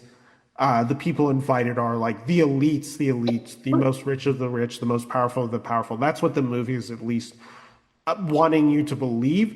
But like there is enough in there where it is like, is it like that crazy to think like that is the ending of the movie? Like we do know that they threaten him. We do know that they leave the mask on his pillow. Like there is Yeah. stuff in there where it's like, okay, like obviously they're trying to uh, imitate him. So like I understand why someone can watch this movie, especially if you're watching it for the first time now. I think that's Yeah. the difference is I watched this movie for the first time kind of pre knowing all this versus now. And I totally understand if you are coming into it with fresh eyes, that might not only be like the way you watch that movie, but it actually does feel kind of logical. And again, I don't know if that is supposed to be a decision. I personally don't think that's what it is No, supposed to be I don't intended. But think so like, either. I do believe that Kubrick is so smart and so careful with his filmographies that I think there's so much that is playing in the subconscious of this movie that I do believe if that's not intentional, I understand why people that ambiguity is there. And I think that ambiguity is intentional. It's open to interpretation, and I think Yeah. I think that is fair. And it's funny because of the fact that I don't think I mentioned this in my 2019 episode of this. It's funny because of the fact that before Epstein, before you mentioned that, I looked. It's funny because of the fact that I sort of looked at the mask being on his pillow not so much as them sending a message to Bill, but Alice. I always interpreted it as Alice finding that stuff and taking the mask out and putting it on that pillow to confront him. And Oh, interesting. it leads to the most vulnerable that Bill has ever been in the entire Mm. movie. Because he breaks down, he's like, I will tell you everything. And because she is finally on to him, it almost feels like she is finally on to him for what have you been up to the past few days? That's interesting. I think I had always come into this movie with at least like an understanding of the ritualistic aspects of this Yeah, movie. And obviously, again, growing up, like Da Vinci Code comes a few years later, which is yes, also kind of a similar movie, not necessarily as direct as this one is, but like you can definitely the ritualistic qualities of it and like of the elite and course. the powerful. Like I guess I had always just kind of assumed that it was left by the members of this ritual. You might be right, and now thinking about it, I think you're probably correct on like that is the correct read is that Alice finds it. But But at like, the same time, I can see where you're coming from because of the fact that. But for me, the way I look at the last third of the movie is Ziegler talking to Cruz is their way of finally laying it all out there for him, getting him to realize just how dangerous things were for him, and really shaking him and realizing you need to let this go now. Just mm, end of story. Go ahead and let him know as much as he can. And the thing is, you talk about the rich and powerful, who's all involved in this cabal doing the orgy and stuff like that. It's like, yeah, no doubt you're talking about millionaires, billionaires, and all of that stuff. mm. But because of the fact that so many of the participants are prostitutes, we get the impression at least is you also think there's a certain degree of the mob being involved as well, and career criminals who bribe government officials, and all that stuff as well. And basically, people who aren't afraid to get blackmail on people. And So, I mean, Kubrick's like such a central figure for conspiracy culture. I mean, obviously, I think every movie that he has made has in some ways enticed conspiracy theorists, whether it's like, you know, his supposed like involvement with the moon landing, which is yeah, obviously complete BS, but yeah, obviously enough of a sector of conspiracy theorists believe that. Obviously, some of the stuff that you hear with The Shining and all of that, like there's been different like avenues that have been touched in yeah, Kubrick's, and I do think he is aware of that, and he was aware of it at the time. That again, I do think there is more to the surface of what we are seeing with the ritualistic qualities that we are seeing with the rich and powerful, like not necessarily an exposure of one thing, but kind of like a idea of like this happens, like this, like let's not kid ourselves, like this stuff happens. And I think that's also kind of what the movie is about. It's so funny because the moment of this film that I think you could actually more map on to Pizzagate or whatever you want to call it is actually the scene where he's in the tuxedo shop where yeah, he's getting the yeah, costume. Like that is clear child prostitution that is yes, happening in the background. yeah, Like the way money is done, the way money is handled, the way that this man prostitutes his daughter, like that is actually like, and again, like that's the moment you can map on closest to Pizzagate because it's like, oh, it's this underground place in New York where you're supposed to buy costumes, but also like this guy is apparently selling off his daughter yeah, as a sex slave to these I believe it's Chinese businessmen or some yeah, sort. yeah, Like that's the moment that like, so obviously like it is intentional. Like Kubrick does have something in this movie about it. It's the fact of how this movie has grown in its understanding as a conspiracy movie more than it is as a movie of just like, this is one of the most impressive psychoanalysis we've ever had of a movie star. And it's so much of the reason Tom Cruise doesn't do this anymore. Like, it's kind yeah, of a miracle that we are getting a Tom Cruise movie this year directed by Inarritu, where Cruise is apparently like committing to playing a character. But even then, like the way that I've heard Digger described as a movie, it sounds like Cruise is going very big on it. He's putting on a costume. Like, it's very much detached from himself. Cruise has yeah. never allowed himself. And it's so fascinating that in 1999, he does it twice with this and Magnolia. Of just I was about to going, mention that. Yeah, I am going to go so deep into myself, and I will basically never be able and never want to touch that again. Obviously, so much of that happens because of his relationship to Scientology and all that, but it is just fascinating. And I understand it. I don't think you can come out normal from another side of Eyes Wide Shut. Especially no. like, I think the funny thing you talked about it in the beginning of this discussion with Eyes Wide Shut is the reception that this movie has right away, which is, I would say, lukewarm. And what's fascinating is so much of the film shouldn't work, and yet I find it to work so perfectly. Like, Nicole Kidman's performance is so weird in this movie, and I love every second of it. I love how she kind of chews the scene, like how over the top she's getting, but she is so weird in this movie. Like, we talked about favorite line readings for JFK. My favorite line reading is a line that she gives in this movie where it's in the first act where she says, when she's talking to Bill, her husband, about fantasies that he may have. And she says, when she is having her little titties squeeze, do you think she ever has any fantasies about what Dr. Bill's dickie might be like? Like, it's such a bizarre, nonsensical line reading. Like, it's so weird. It's funny because of the fact that it's like they're obviously in this scene they're supposed to have been smoking pot. Yes, but the pot it is feels making like you so they're aggressive. acting. But part of what's hilarious about it is it almost feels like they've also never had pot in their lives Yeah, based on why the way there's they're no acting. correlation of like how they're feeling with what is being said about it. But what's so fascinating about it is that scene in particular. That's where you feel it's the moment, at least in the film, where I actually feel Cruz as a human being in that scene more than I feel his character of Bill, where this kind of feels like a real life fight that they're Yeah. having and jealousy that Cruz has had.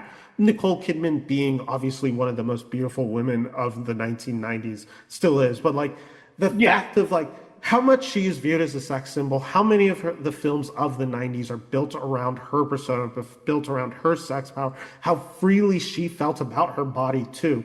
Like you can feel the fact that Cruz is so insecure about it. And the fact of like the way Kubrick is directing this moment, it's just like the way she says it, like when she's talking about this, like you can literally feel Cruz break in this scene. It's so incredible to talk about. It's also like fascinating because it's like I can't see any other actor being in this. I don't know if you've ever actually No. read the list of like, because this is a Yeah. movie that Kubrick has tried making since the 1970s. So he's had Yeah. like a list of leading men who have gone in it. I have the list right here. Alan Alda, Woody Allen. Woody Allen is a bizarre choice for this movie. Alec Baldwin, which I think actually would have been pretty good. Warren Beatty, Albert Brooks, Johnny Depp, Harrison Ford, which I actually think the Ford version could have been interesting. Tom Hanks, Dustin Hoffman, Steve Martin, when this was originally envisioned more as a sex comedy. Bill Murray, Bruce Willis, like none of them play it as well as Cruz does. Cruz is the perfect No, persona because we know so much about Cruz. Depp would have been so wrong for this role too at that time of his career, in part because he wasn't a massive star at the time. Like at least the rest of those, you could say they had their level of stardom at some point. At that, probably at the point that they were considered for it. But The only Depp had not truth, quite gotten there yet. So it's like I don't know how that would have worked. the only two that I think could have done it was Alec Baldwin and Bruce Willis. And the only reason I think that is because both of them are attached to another famous person at that time that I would assume would step into the Yeah. Nicole Yeah. Kidman role, like Alec Baldwin and Kim Basinger. Kim Basinger. Yeah. And then Bruce Willis and Demi Moore. Well, depending Sorry, I'm on losing my voice. Well, no problem. Depending on when he was considering Beatty, you could have had him and Annette Bening as well. True. Good point. So it depends on when he would have been considering Annette Warren Beatty for the roles. So they possibly could have been possible, and that would have been an interesting possibility as well, especially given Beatty's iconography as a hound dog, as a sex symbol. You know, that definitely would have been an interesting choice. I still can't imagine the Woody Allen one. Just, I mean, that had to have been when it was considered more of a comedy. Steve Martin, I think, would have been an interesting choice for Would have more liked to see that dramatic aspect of it, but because he certainly played that type of stuff differently, even though we're more tuned to him comedically. But he definitely would have been an interesting choice there. But yeah, the only one that I'm like, what the hell would he have been thinking would have been Johnny Depp, because his stardom was just not there. And he was too young. Like he would have been way too young for it. I mean, The last point that I have on Eyes Wide Shut, and I found this fascinating. I did not know this before watching the movie, but you mentioned the prostitute in the movie, Mandy, who's the one who ODs at the party at Sidney Pollack's party in the beginning of the movie, played by Julian Davis. And this was just one of the weirdest facts that I had learned about this movie. Julian Davis came out in 2016 as a conservative and was later described by Fox News as one of Hollywood's leading Republicans. Which I just thought was the funniest way. What else has she been in? I looked it up. She has like very few IMDb credits. I was just like, calling her the leading Republican is so bizarre. But yeah, I mean, like I said, Eyes Wide Shut. I don't know if you have it. The Criterion release of this on 4K is just like, everyone should pick it up. It's so beautifully rendered. Like, I've This not is picked just one up of my the favorite. Criterion. I've not picked up the Criterion yet. I definitely want to though because it is one of my favorites. So before we move on to our third film, I do, and I'll link the written piece, which gets a little bit more into my feelings on this film when it comes to connection to Epstein. I do want to say this one thing that I will admit gives some fuel to the conspiratorial fire when it comes to this movie and Epstein. So, near the end of the movie, Bill is on the streets. He's picked up a copy of the New York Post, Uh-huh. and it has the headline saying "Lucky to be alive," and it's also the article about the prostitute ODing. Yes. Both of those were written by an actual New York Post writer, Larry Salona. Salona would later be the one who broke the news about Kubrick's passing, as well as Epstein's passing, Oh, as well as interesting. writing about Ghislaine Maxwell's arrest in 2020. I did not know Coincidence? this. Sure, but it is something to consider when it comes to the conspiratorial aspects of it. I'm sure it's just a weird coincidence because I mean I think the articles that were I think Salona's work on the film was written in like 1997, so it was deep Hmm. into production, but just an interesting little to do there. No, and I mean Um, that's why these conspiracies grow because there yeah, is enough. And obviously people who are listening to this and believe more in these conspiracies, I'd understand it. I yeah, understand why someone would see what we're saying and be like, you're just missing the whole point of this. And there's just enough like that we now yeah. know about the rich and powerful where it's just like some of this is trying to be. And again, I don't necessarily agree with that, but like I understand why someone can map that on because, I again, know, I when we know. are so blind to something, which that's kind of the heart of the Epstein thing, is we have a president right now who is like quite literally at the center about it, and everyone's Yeah, lying about that. Everyone is lying yeah, about his involvement with it, and obviously there's guilt to be had around. You know, yes, Democrats' hands are not clean with this. Clinton, like we not at we all. know that Clinton was friends with Epstein too. We Yeah, like it's the fact that we don't have anything even close to resembling justice, or even like the fact of like most likely Trump will go unpunished for it. yeah. And basically everyone who is involved And it looks like in just about sex anybody, trafficking, and it looks like just about anybody involved with it will go yeah, unpunished, except everyone for who was, Ghislaine Maxwell. yeah, there's going to be a few fault people, but for the most part, the rich and powerful who are the ones Yeah, abusing children are going to go free.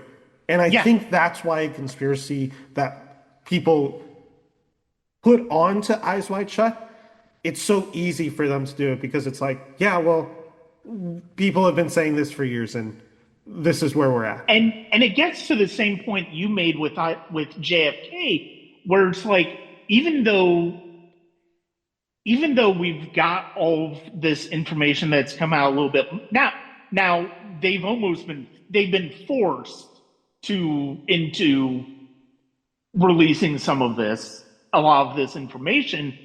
The problem is, and this is where I almost I'm glad that we have more information about the network that Epstein ran, but at the same time, I was also very skeptical and very nervous about this release. Is that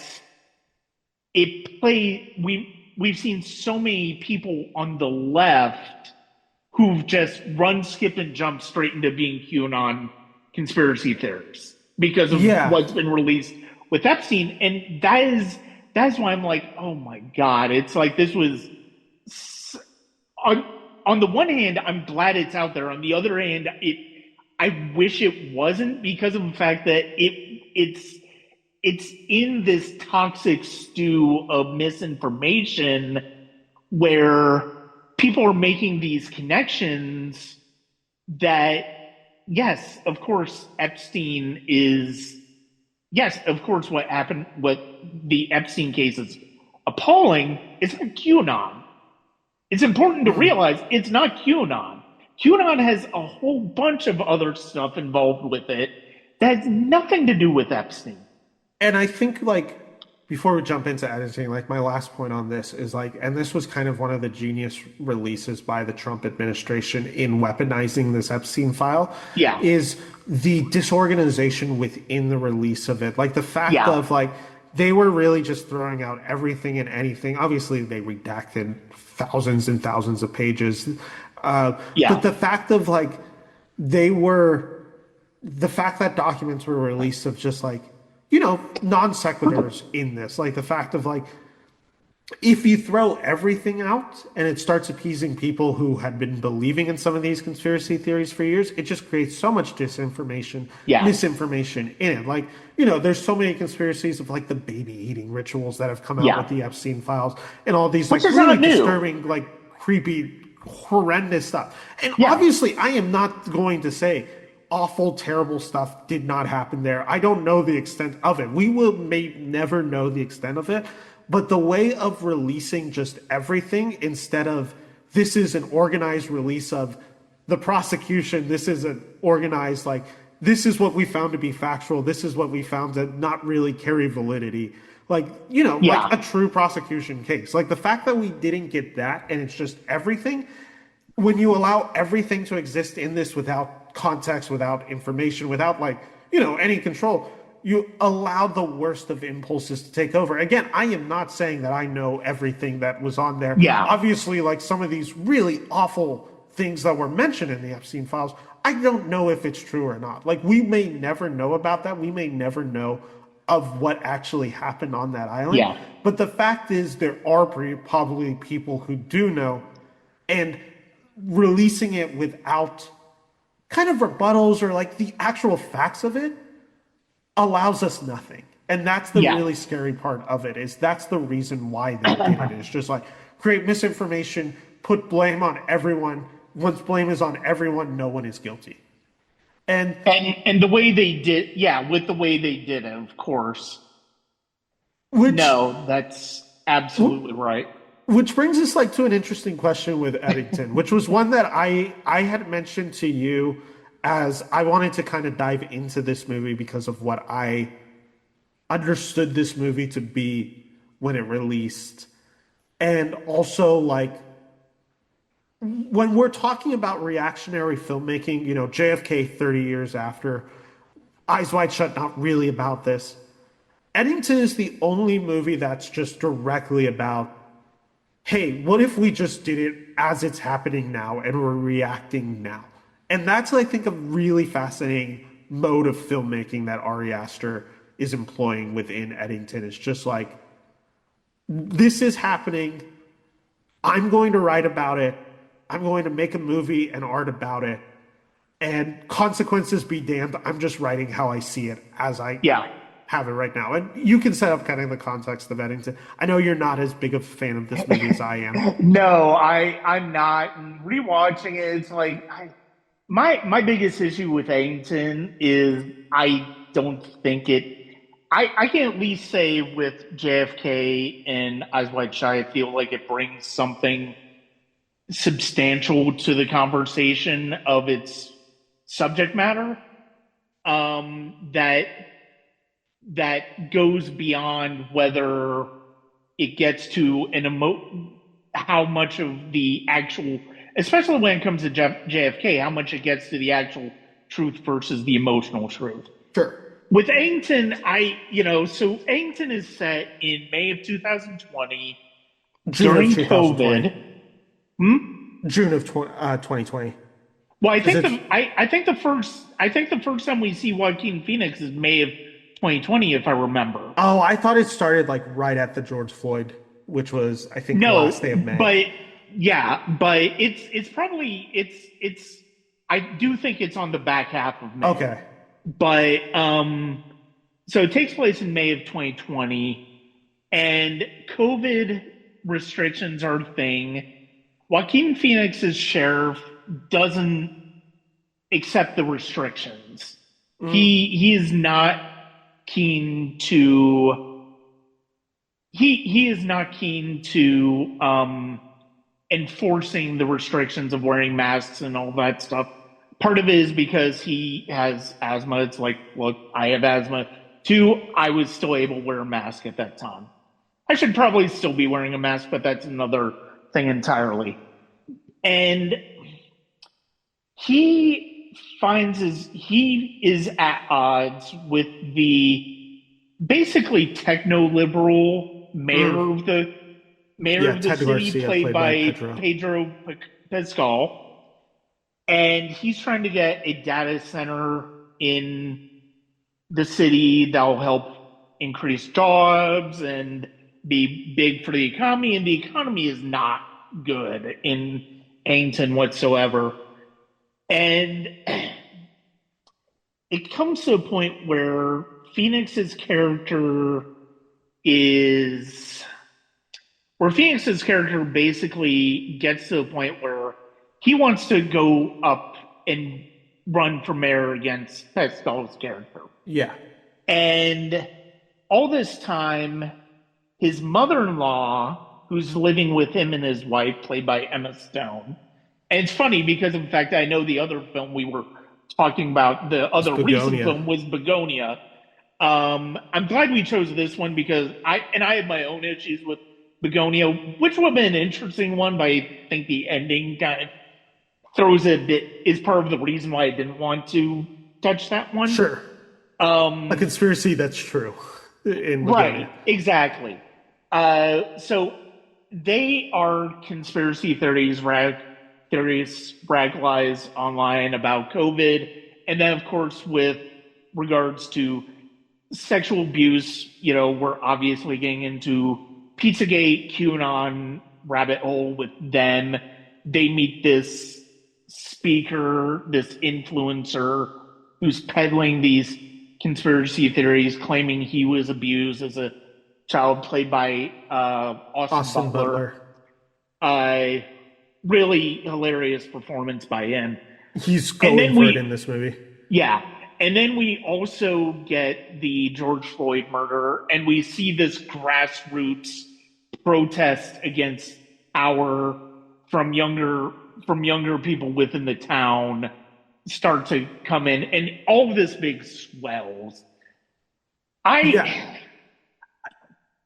will say with this movie, real quick before you jump in on it, is the reason I wanted to pair this when I originally suggested it with Eyes Wide Shut and JFK wasn't that I saw this movie necessarily as a conspiracy movie. Yes, there is a conspiracy within the movie. What I found so fascinating about this movie is the effects of radicalization that comes with conspiracy. I think that's more of what this movie is, of how does somebody get radicalized to believe the craziest of crazy. And that's why even though I am not a big fan of this movie, I still am not after my second time watching it, I ultimately agreed that this would be a good fit for this because it does look at the radicalization process. Because even Joaquin Phoenix's character, which we know starts off at a particular place, he gets further into conspiracy theories as well, and even creates one himself in these absolutely insane circumstances. And so one of the things I liked about this, one things I will give this movie credit for, I wish it delved further into the emotional turmoil of being radicalized to believe conspiracy theories, which is something that I think Begonia does a lot better when it comes to Jesse Plemons' character. I would agree with that. But I will say I do like this movie because of the fact that it shows how easily 2020, between COVID, between political division, between racial division, how easily it was for people to get radicalized during that moment. Yeah. I think it was just a rocket that sent a lot of people into orbit that really have never recovered from it either. If I can give my pitch for this movie, and the reason that I really find this thing not a masterpiece, but I think near it for me. Like, this was one of my favorite films that came out of last year. I do think there is a lot of brilliance to be found in here. I and it was one of my criticisms of people who were criticizing this movie of saying like I never believed in the idea that of people who were saying like there's not enough distance between COVID, this happening in 2020 versus when he made this movie in 2025. I think fundamentally this movie has to be reactionary. There's something so unfiltered in its quality. I think distance allows for reflection, and this is a movie that's not really interested in reflection. Yeah. When done wrong, this movie feels like a Bill Maher wet dream of ascribing why college liberals are destroying this country. Like, when done wrong, that is what Eddington is. Yeah. I think when done right, and I think this movie hits more on the right than it does the wrong, I think it displays an understanding of narcissism, loneliness, and conspiratorial engagement left unchecked that is all worsened by our relationships to our screens. Yeah. That I find so fascinating how this movie does it. And I think the reason this movie may work a little bit better for me than it does for you is I think age does play a part into it. Obviously, I grew up in a time where I always had access to screens. Like, yeah. From like, I've always been on social media basically since the age of 10. And there's something about the doom scrolling of this quality of movie, which I know isn't like necessarily something that's like only happens in my generation, but there is this quality of life of just like being on TikTok and being fed the worse and worse information to yourself and not realizing the actual destruction it is having to your mind and the way algorithms play into it. I find it such a fascinating portrayal of how social media is destroying us and how it is further dividing us. I also think the reason this movie works for me is the way Ari Asher balances politics in this movie. And again, I understand this idea of this movie playing both sides. I don't necessarily agree with that sentiment. I do think one side comes off far worse than the other side. Like, ultimately, the Pedro Pascal character of Ted Garcia as the mayor, he is somebody that is bought out. He does seem to be doing a lot of stuff in his own interest. He's not the Joe Cross character who ends up going on a bloody rampage through the town of Eddington and killing a lot of innocent people along the way. Like, that is the difference between them. One of them, and again, you can be annoyed with how Ari Asher describes it. I certainly didn't love how he described it. Where he's like, one side can be a little annoying, the other side can quite literally kill us all. Yeah. But like, there is a fundamental, I think, truth to that of like, that does kind of feel like the difference in our current state of politics is sometimes I don't always agree with the way that we as a party talk about issues and some of the, if virtue signaling, whatever you want to call it. Like, I don't always like necessarily agree with the communication of us, but I also understand one party right now is fundamentally trying to destroy our rights and like take us back generations. Like, and I think that's what this movie is engaging with it. It's fascinating to see a movie that is so directly involved with everything. I think everything of American culture is thrown into it, from gun violence to COVID restrictions to all of it. I also think the reason I have a little bit more patience with this movie, and obviously, I am also somebody who masked up during COVID. I never had issues masking up. I think one of the things that I do find fascinating that this movie points out is Eddington as a town is this far distance town in New Mexico, far away from like any real other civilization. Like, it sounds like it's kind of like in the desert. It's a small population.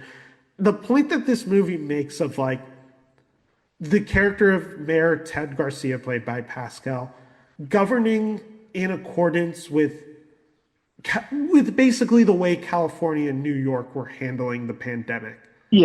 Feels a little disingenuous to the circumstances of which this town of Eddington, New Mexico finds. There is just a difference of like, you know, COVID was less deadly in a rural place like this where no one had it. Like, and obviously, like, again, I can disagree and with the way that people conducted themselves around it and mass restrictions and all that. But I think the way of this movie and the way that Ted Garcia governs in this movie is a reflection of just like governing along with the status quo instead of governing by the needs of your people, which I think is a real contingency point. We saw it in the 2024 election of just like, hey, like meet the needs of your people first.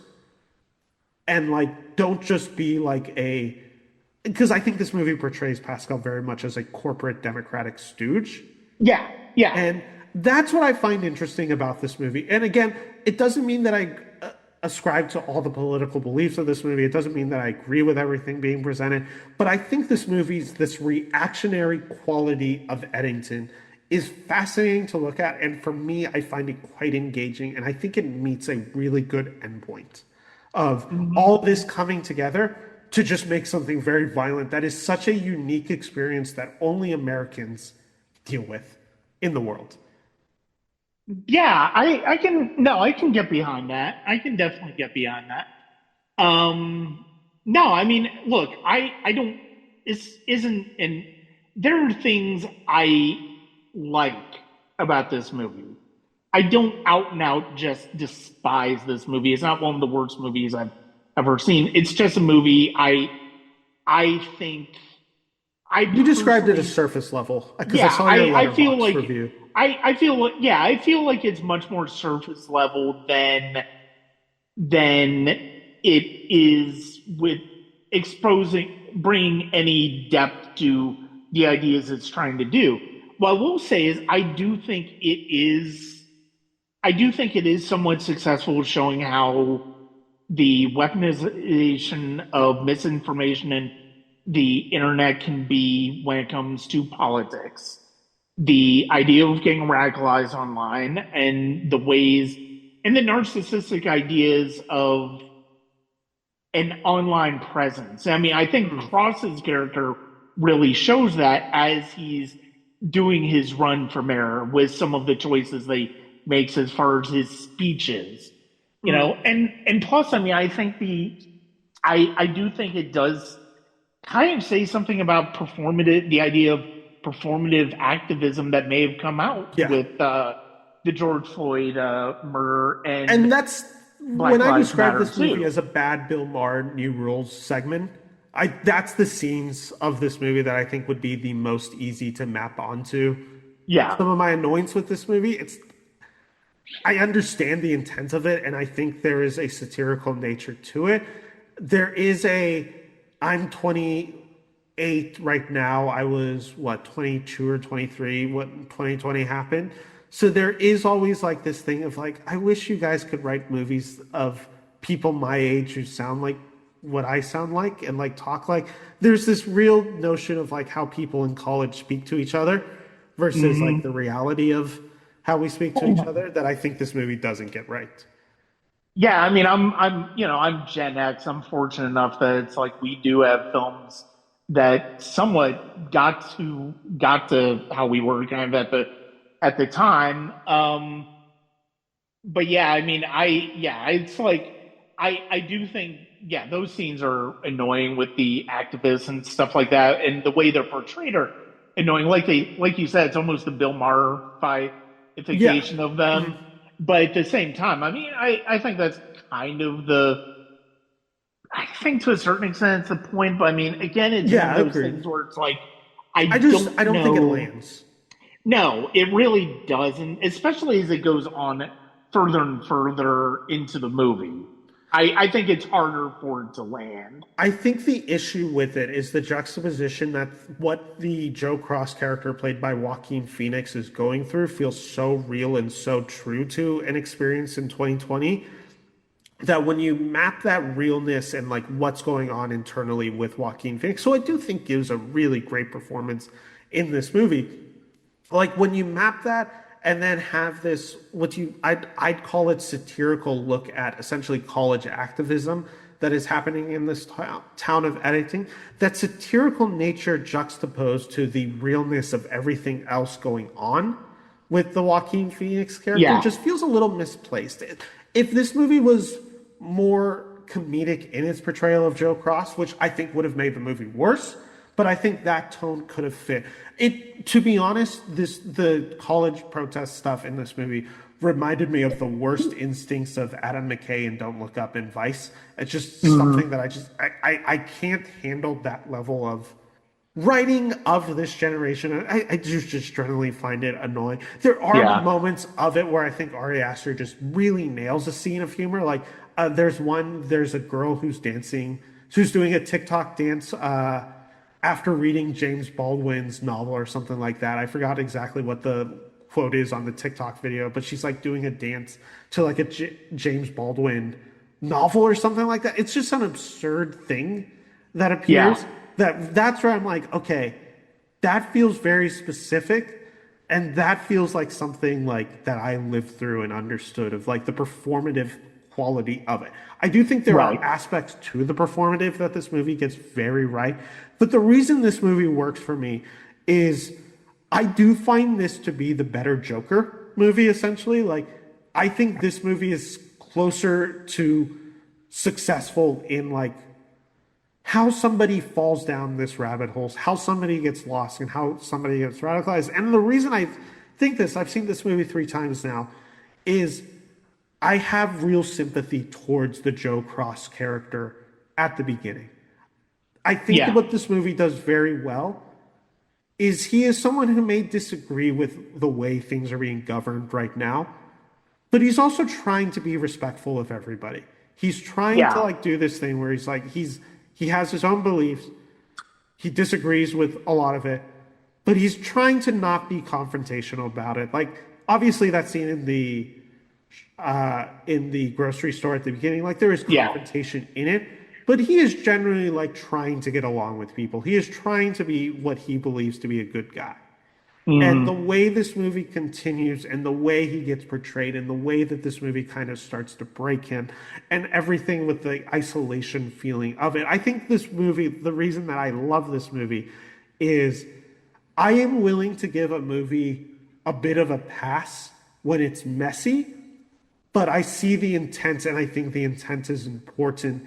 And I appreciate how daring that the movie is willing to get. I am willing to forgive some of the sins of a movie if I feel that like what they're tackling is something worth discussing and they're willing to do it in a way that I find unfiltered, which is something that I appreciate with Ari Aster. Is he is willing to go for broke in this movie, and at times it burns him, but I think when it finds success, I think this movie does something that no other movie in our generation has done recently, which is let's actually isolate the craziness of this and try and map something onto it, which is impossible to do without distance. Yeah, I can respect that. I can respect that. Yeah, I mean I think the comparison to Joker's an interesting one. I honestly had not thought about. Even though Joaquin Phoenix is in this one as much as obviously his Joker movies, but no, I do agree with you. I think the Joker movie. Yeah, I mean, I think the Joker movies. It's like I don't think I think there's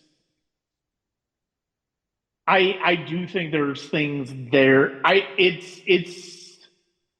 I feel like its ideas are surface level as anything. Yeah. And I completely agree with you on that when it compares to Cross's devolution here. Plus, I mean, I think Arthur Fleck in the Joker movies, I think he's already so far, he's hanging so far in the direction that he's going to go before we even really kind of meet him. It's kind of hard to see. It's hard to see much of a trajectory out of where he's inevitably going to go. With Cross, I agree with you. I do agree with you. It's like you can see that he's trying to do right by the people in the town. He's trying to kind of keep the peace, but it's like obviously his own personal beliefs are hard to keep out of it.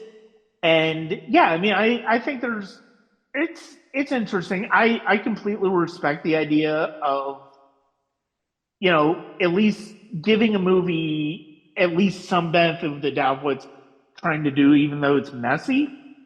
I think that's perfectly reasonable way to look at Eddington.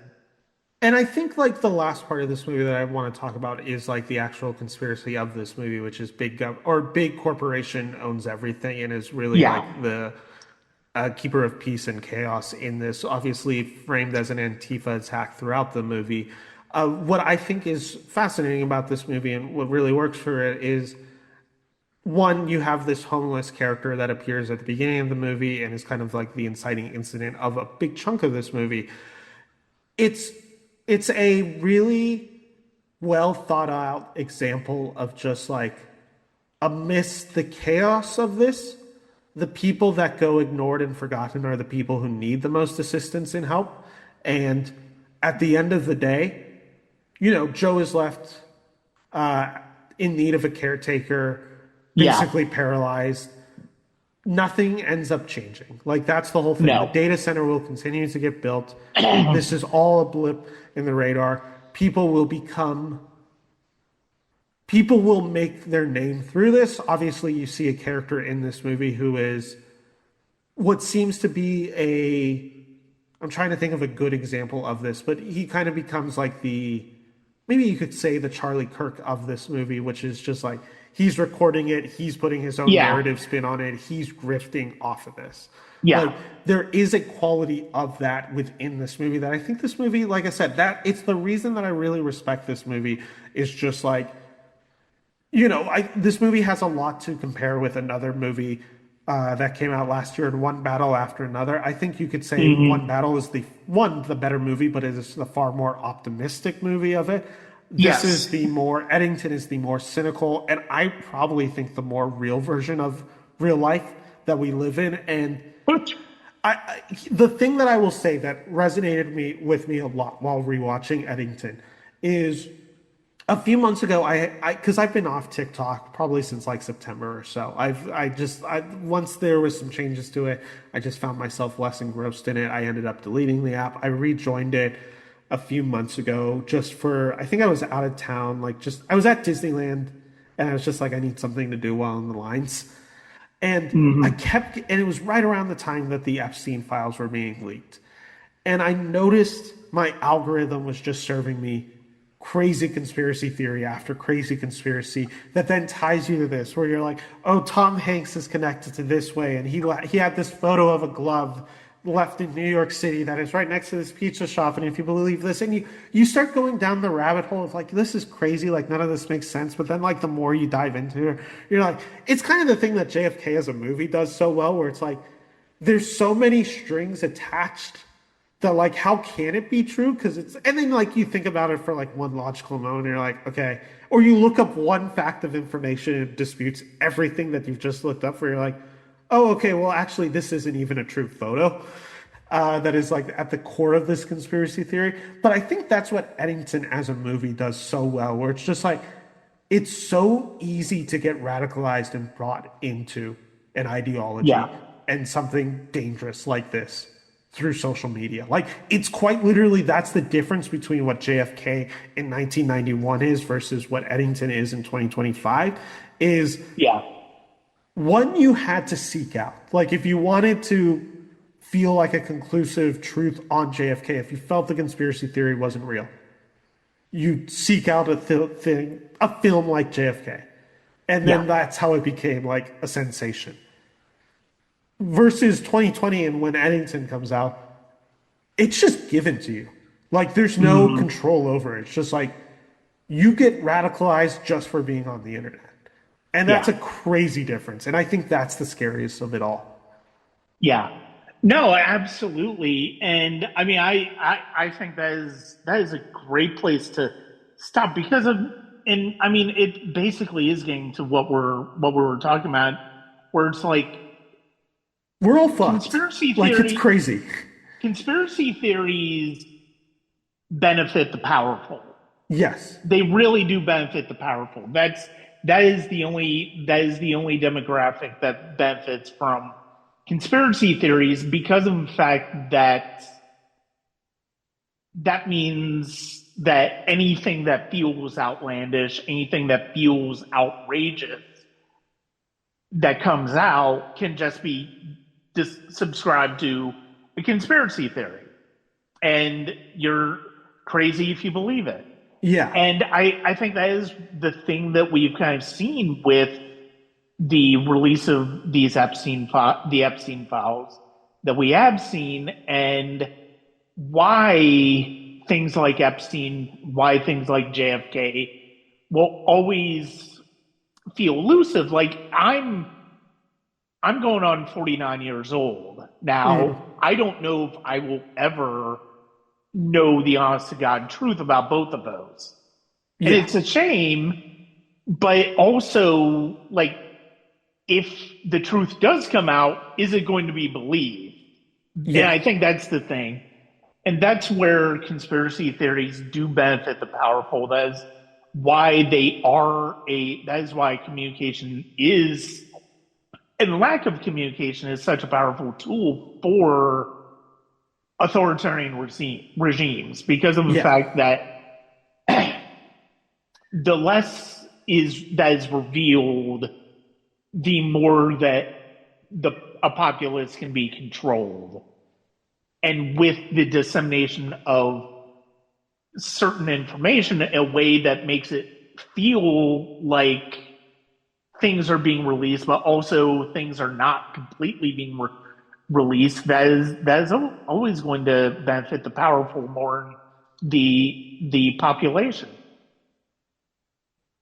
Yeah, no, I think you nailed it. And I think that's like where we are right now is ultimately the lack slash barrier to the truth is what allows power to be in control the way it is. Like the suppression of truth and the creation of an atmosphere that then allows for conspiracy theories to grow allows the rich and powerful, the people in power, to do whatever they want because we're Yeah, distracted with all of it. And obviously, like there is something very human about a conspiracy theory and why we crave and want to know about them. And there's also a way to weaponize them. And I think what we are seeing right now in America is the understanding of how to weaponize it, how to distract it, how to make it worse, and the suppression of information. Just like it will destroy us. Like that is yeah, what destroys societies is once you no longer have a trust in your government. And regimes like this know, like regimes know that the suppression of information is so crucial to succeed the way they want to. The hmm, only hope that I have is usually eventually it catches up and you can't yeah. hold on to the house of cards that is building. And I think we might be seeing that a little bit right now with Trump of when you lie so much and you're involved in so much, you start losing some of that support and power that you once had. Now, obviously, there will always be a core who believes in Yeah, it and it will never change, but your power starts getting weaker and weaker. And I yeah. think that's right now, that's the hope that I have. No, I absolutely agree with you. I mean, it's something that Garrison, to take it back to JFK, that's one of the things that Garrison's talking about in that final summation in the movie. And it is a perfect way to stop this discussion. Ben, thank you very much for joining me. It was a great discussion. I loved Yeah, I every loved minute being of here. it. It's going to be great. Where can people find you online? Yeah, so if anyone wants to check me out, I am Ben Talks Film on YouTube. That is primarily where you can find me, but I'm also, I believe that handle is also used for my Instagram and all my other social medias. I will say I haven't been very active the past few months on YouTube. I will be becoming more active this summer. I've been in the process of moving across country, so all of it's been a little chaotic, so I haven't posted a YouTube review since Project Hail Mary, but I'm trying to do a little bit more. And once I get more settled in, I will be coming back. I want to come back. I miss doing YouTube videos. So find me Ben Talks Film. Follow me on Instagram as well there. Thank you, Brian, for having me. This was really a fun conversation. I really enjoyed diving into these three movies with you. Same, absolutely. I want to thank Ben for joining me on the podcast. It was great to talk to him, and hopefully we will have him on again this summer. That's going to be it for this episode of the Sonic Cinema podcast. Thank you once again for listening. We're going to have more fascism and cinema as the year goes on. We're also going to have a return of the established classic series, and with Timothy Cox. Dragon Con will be coming up sometime in September, and we're going to have some interesting horror coming up this year with Phil Fast, so I'm really looking forward to having that discussion with him. Once again, thank you very much for listening to the Sonic Cinema podcast, wherever you listen to podcasts, whether it's at Apple, Spotify, Good Pods, pretty much wherever you listen to the Sonic Cinema podcast, or the YouTube channel. Thank you for being a subscriber, patreon.com/Sonic Cinema if you are a subscriber there. And most importantly, thank you as always for checking me out at www.sonic-cinema.com. Thank you very much.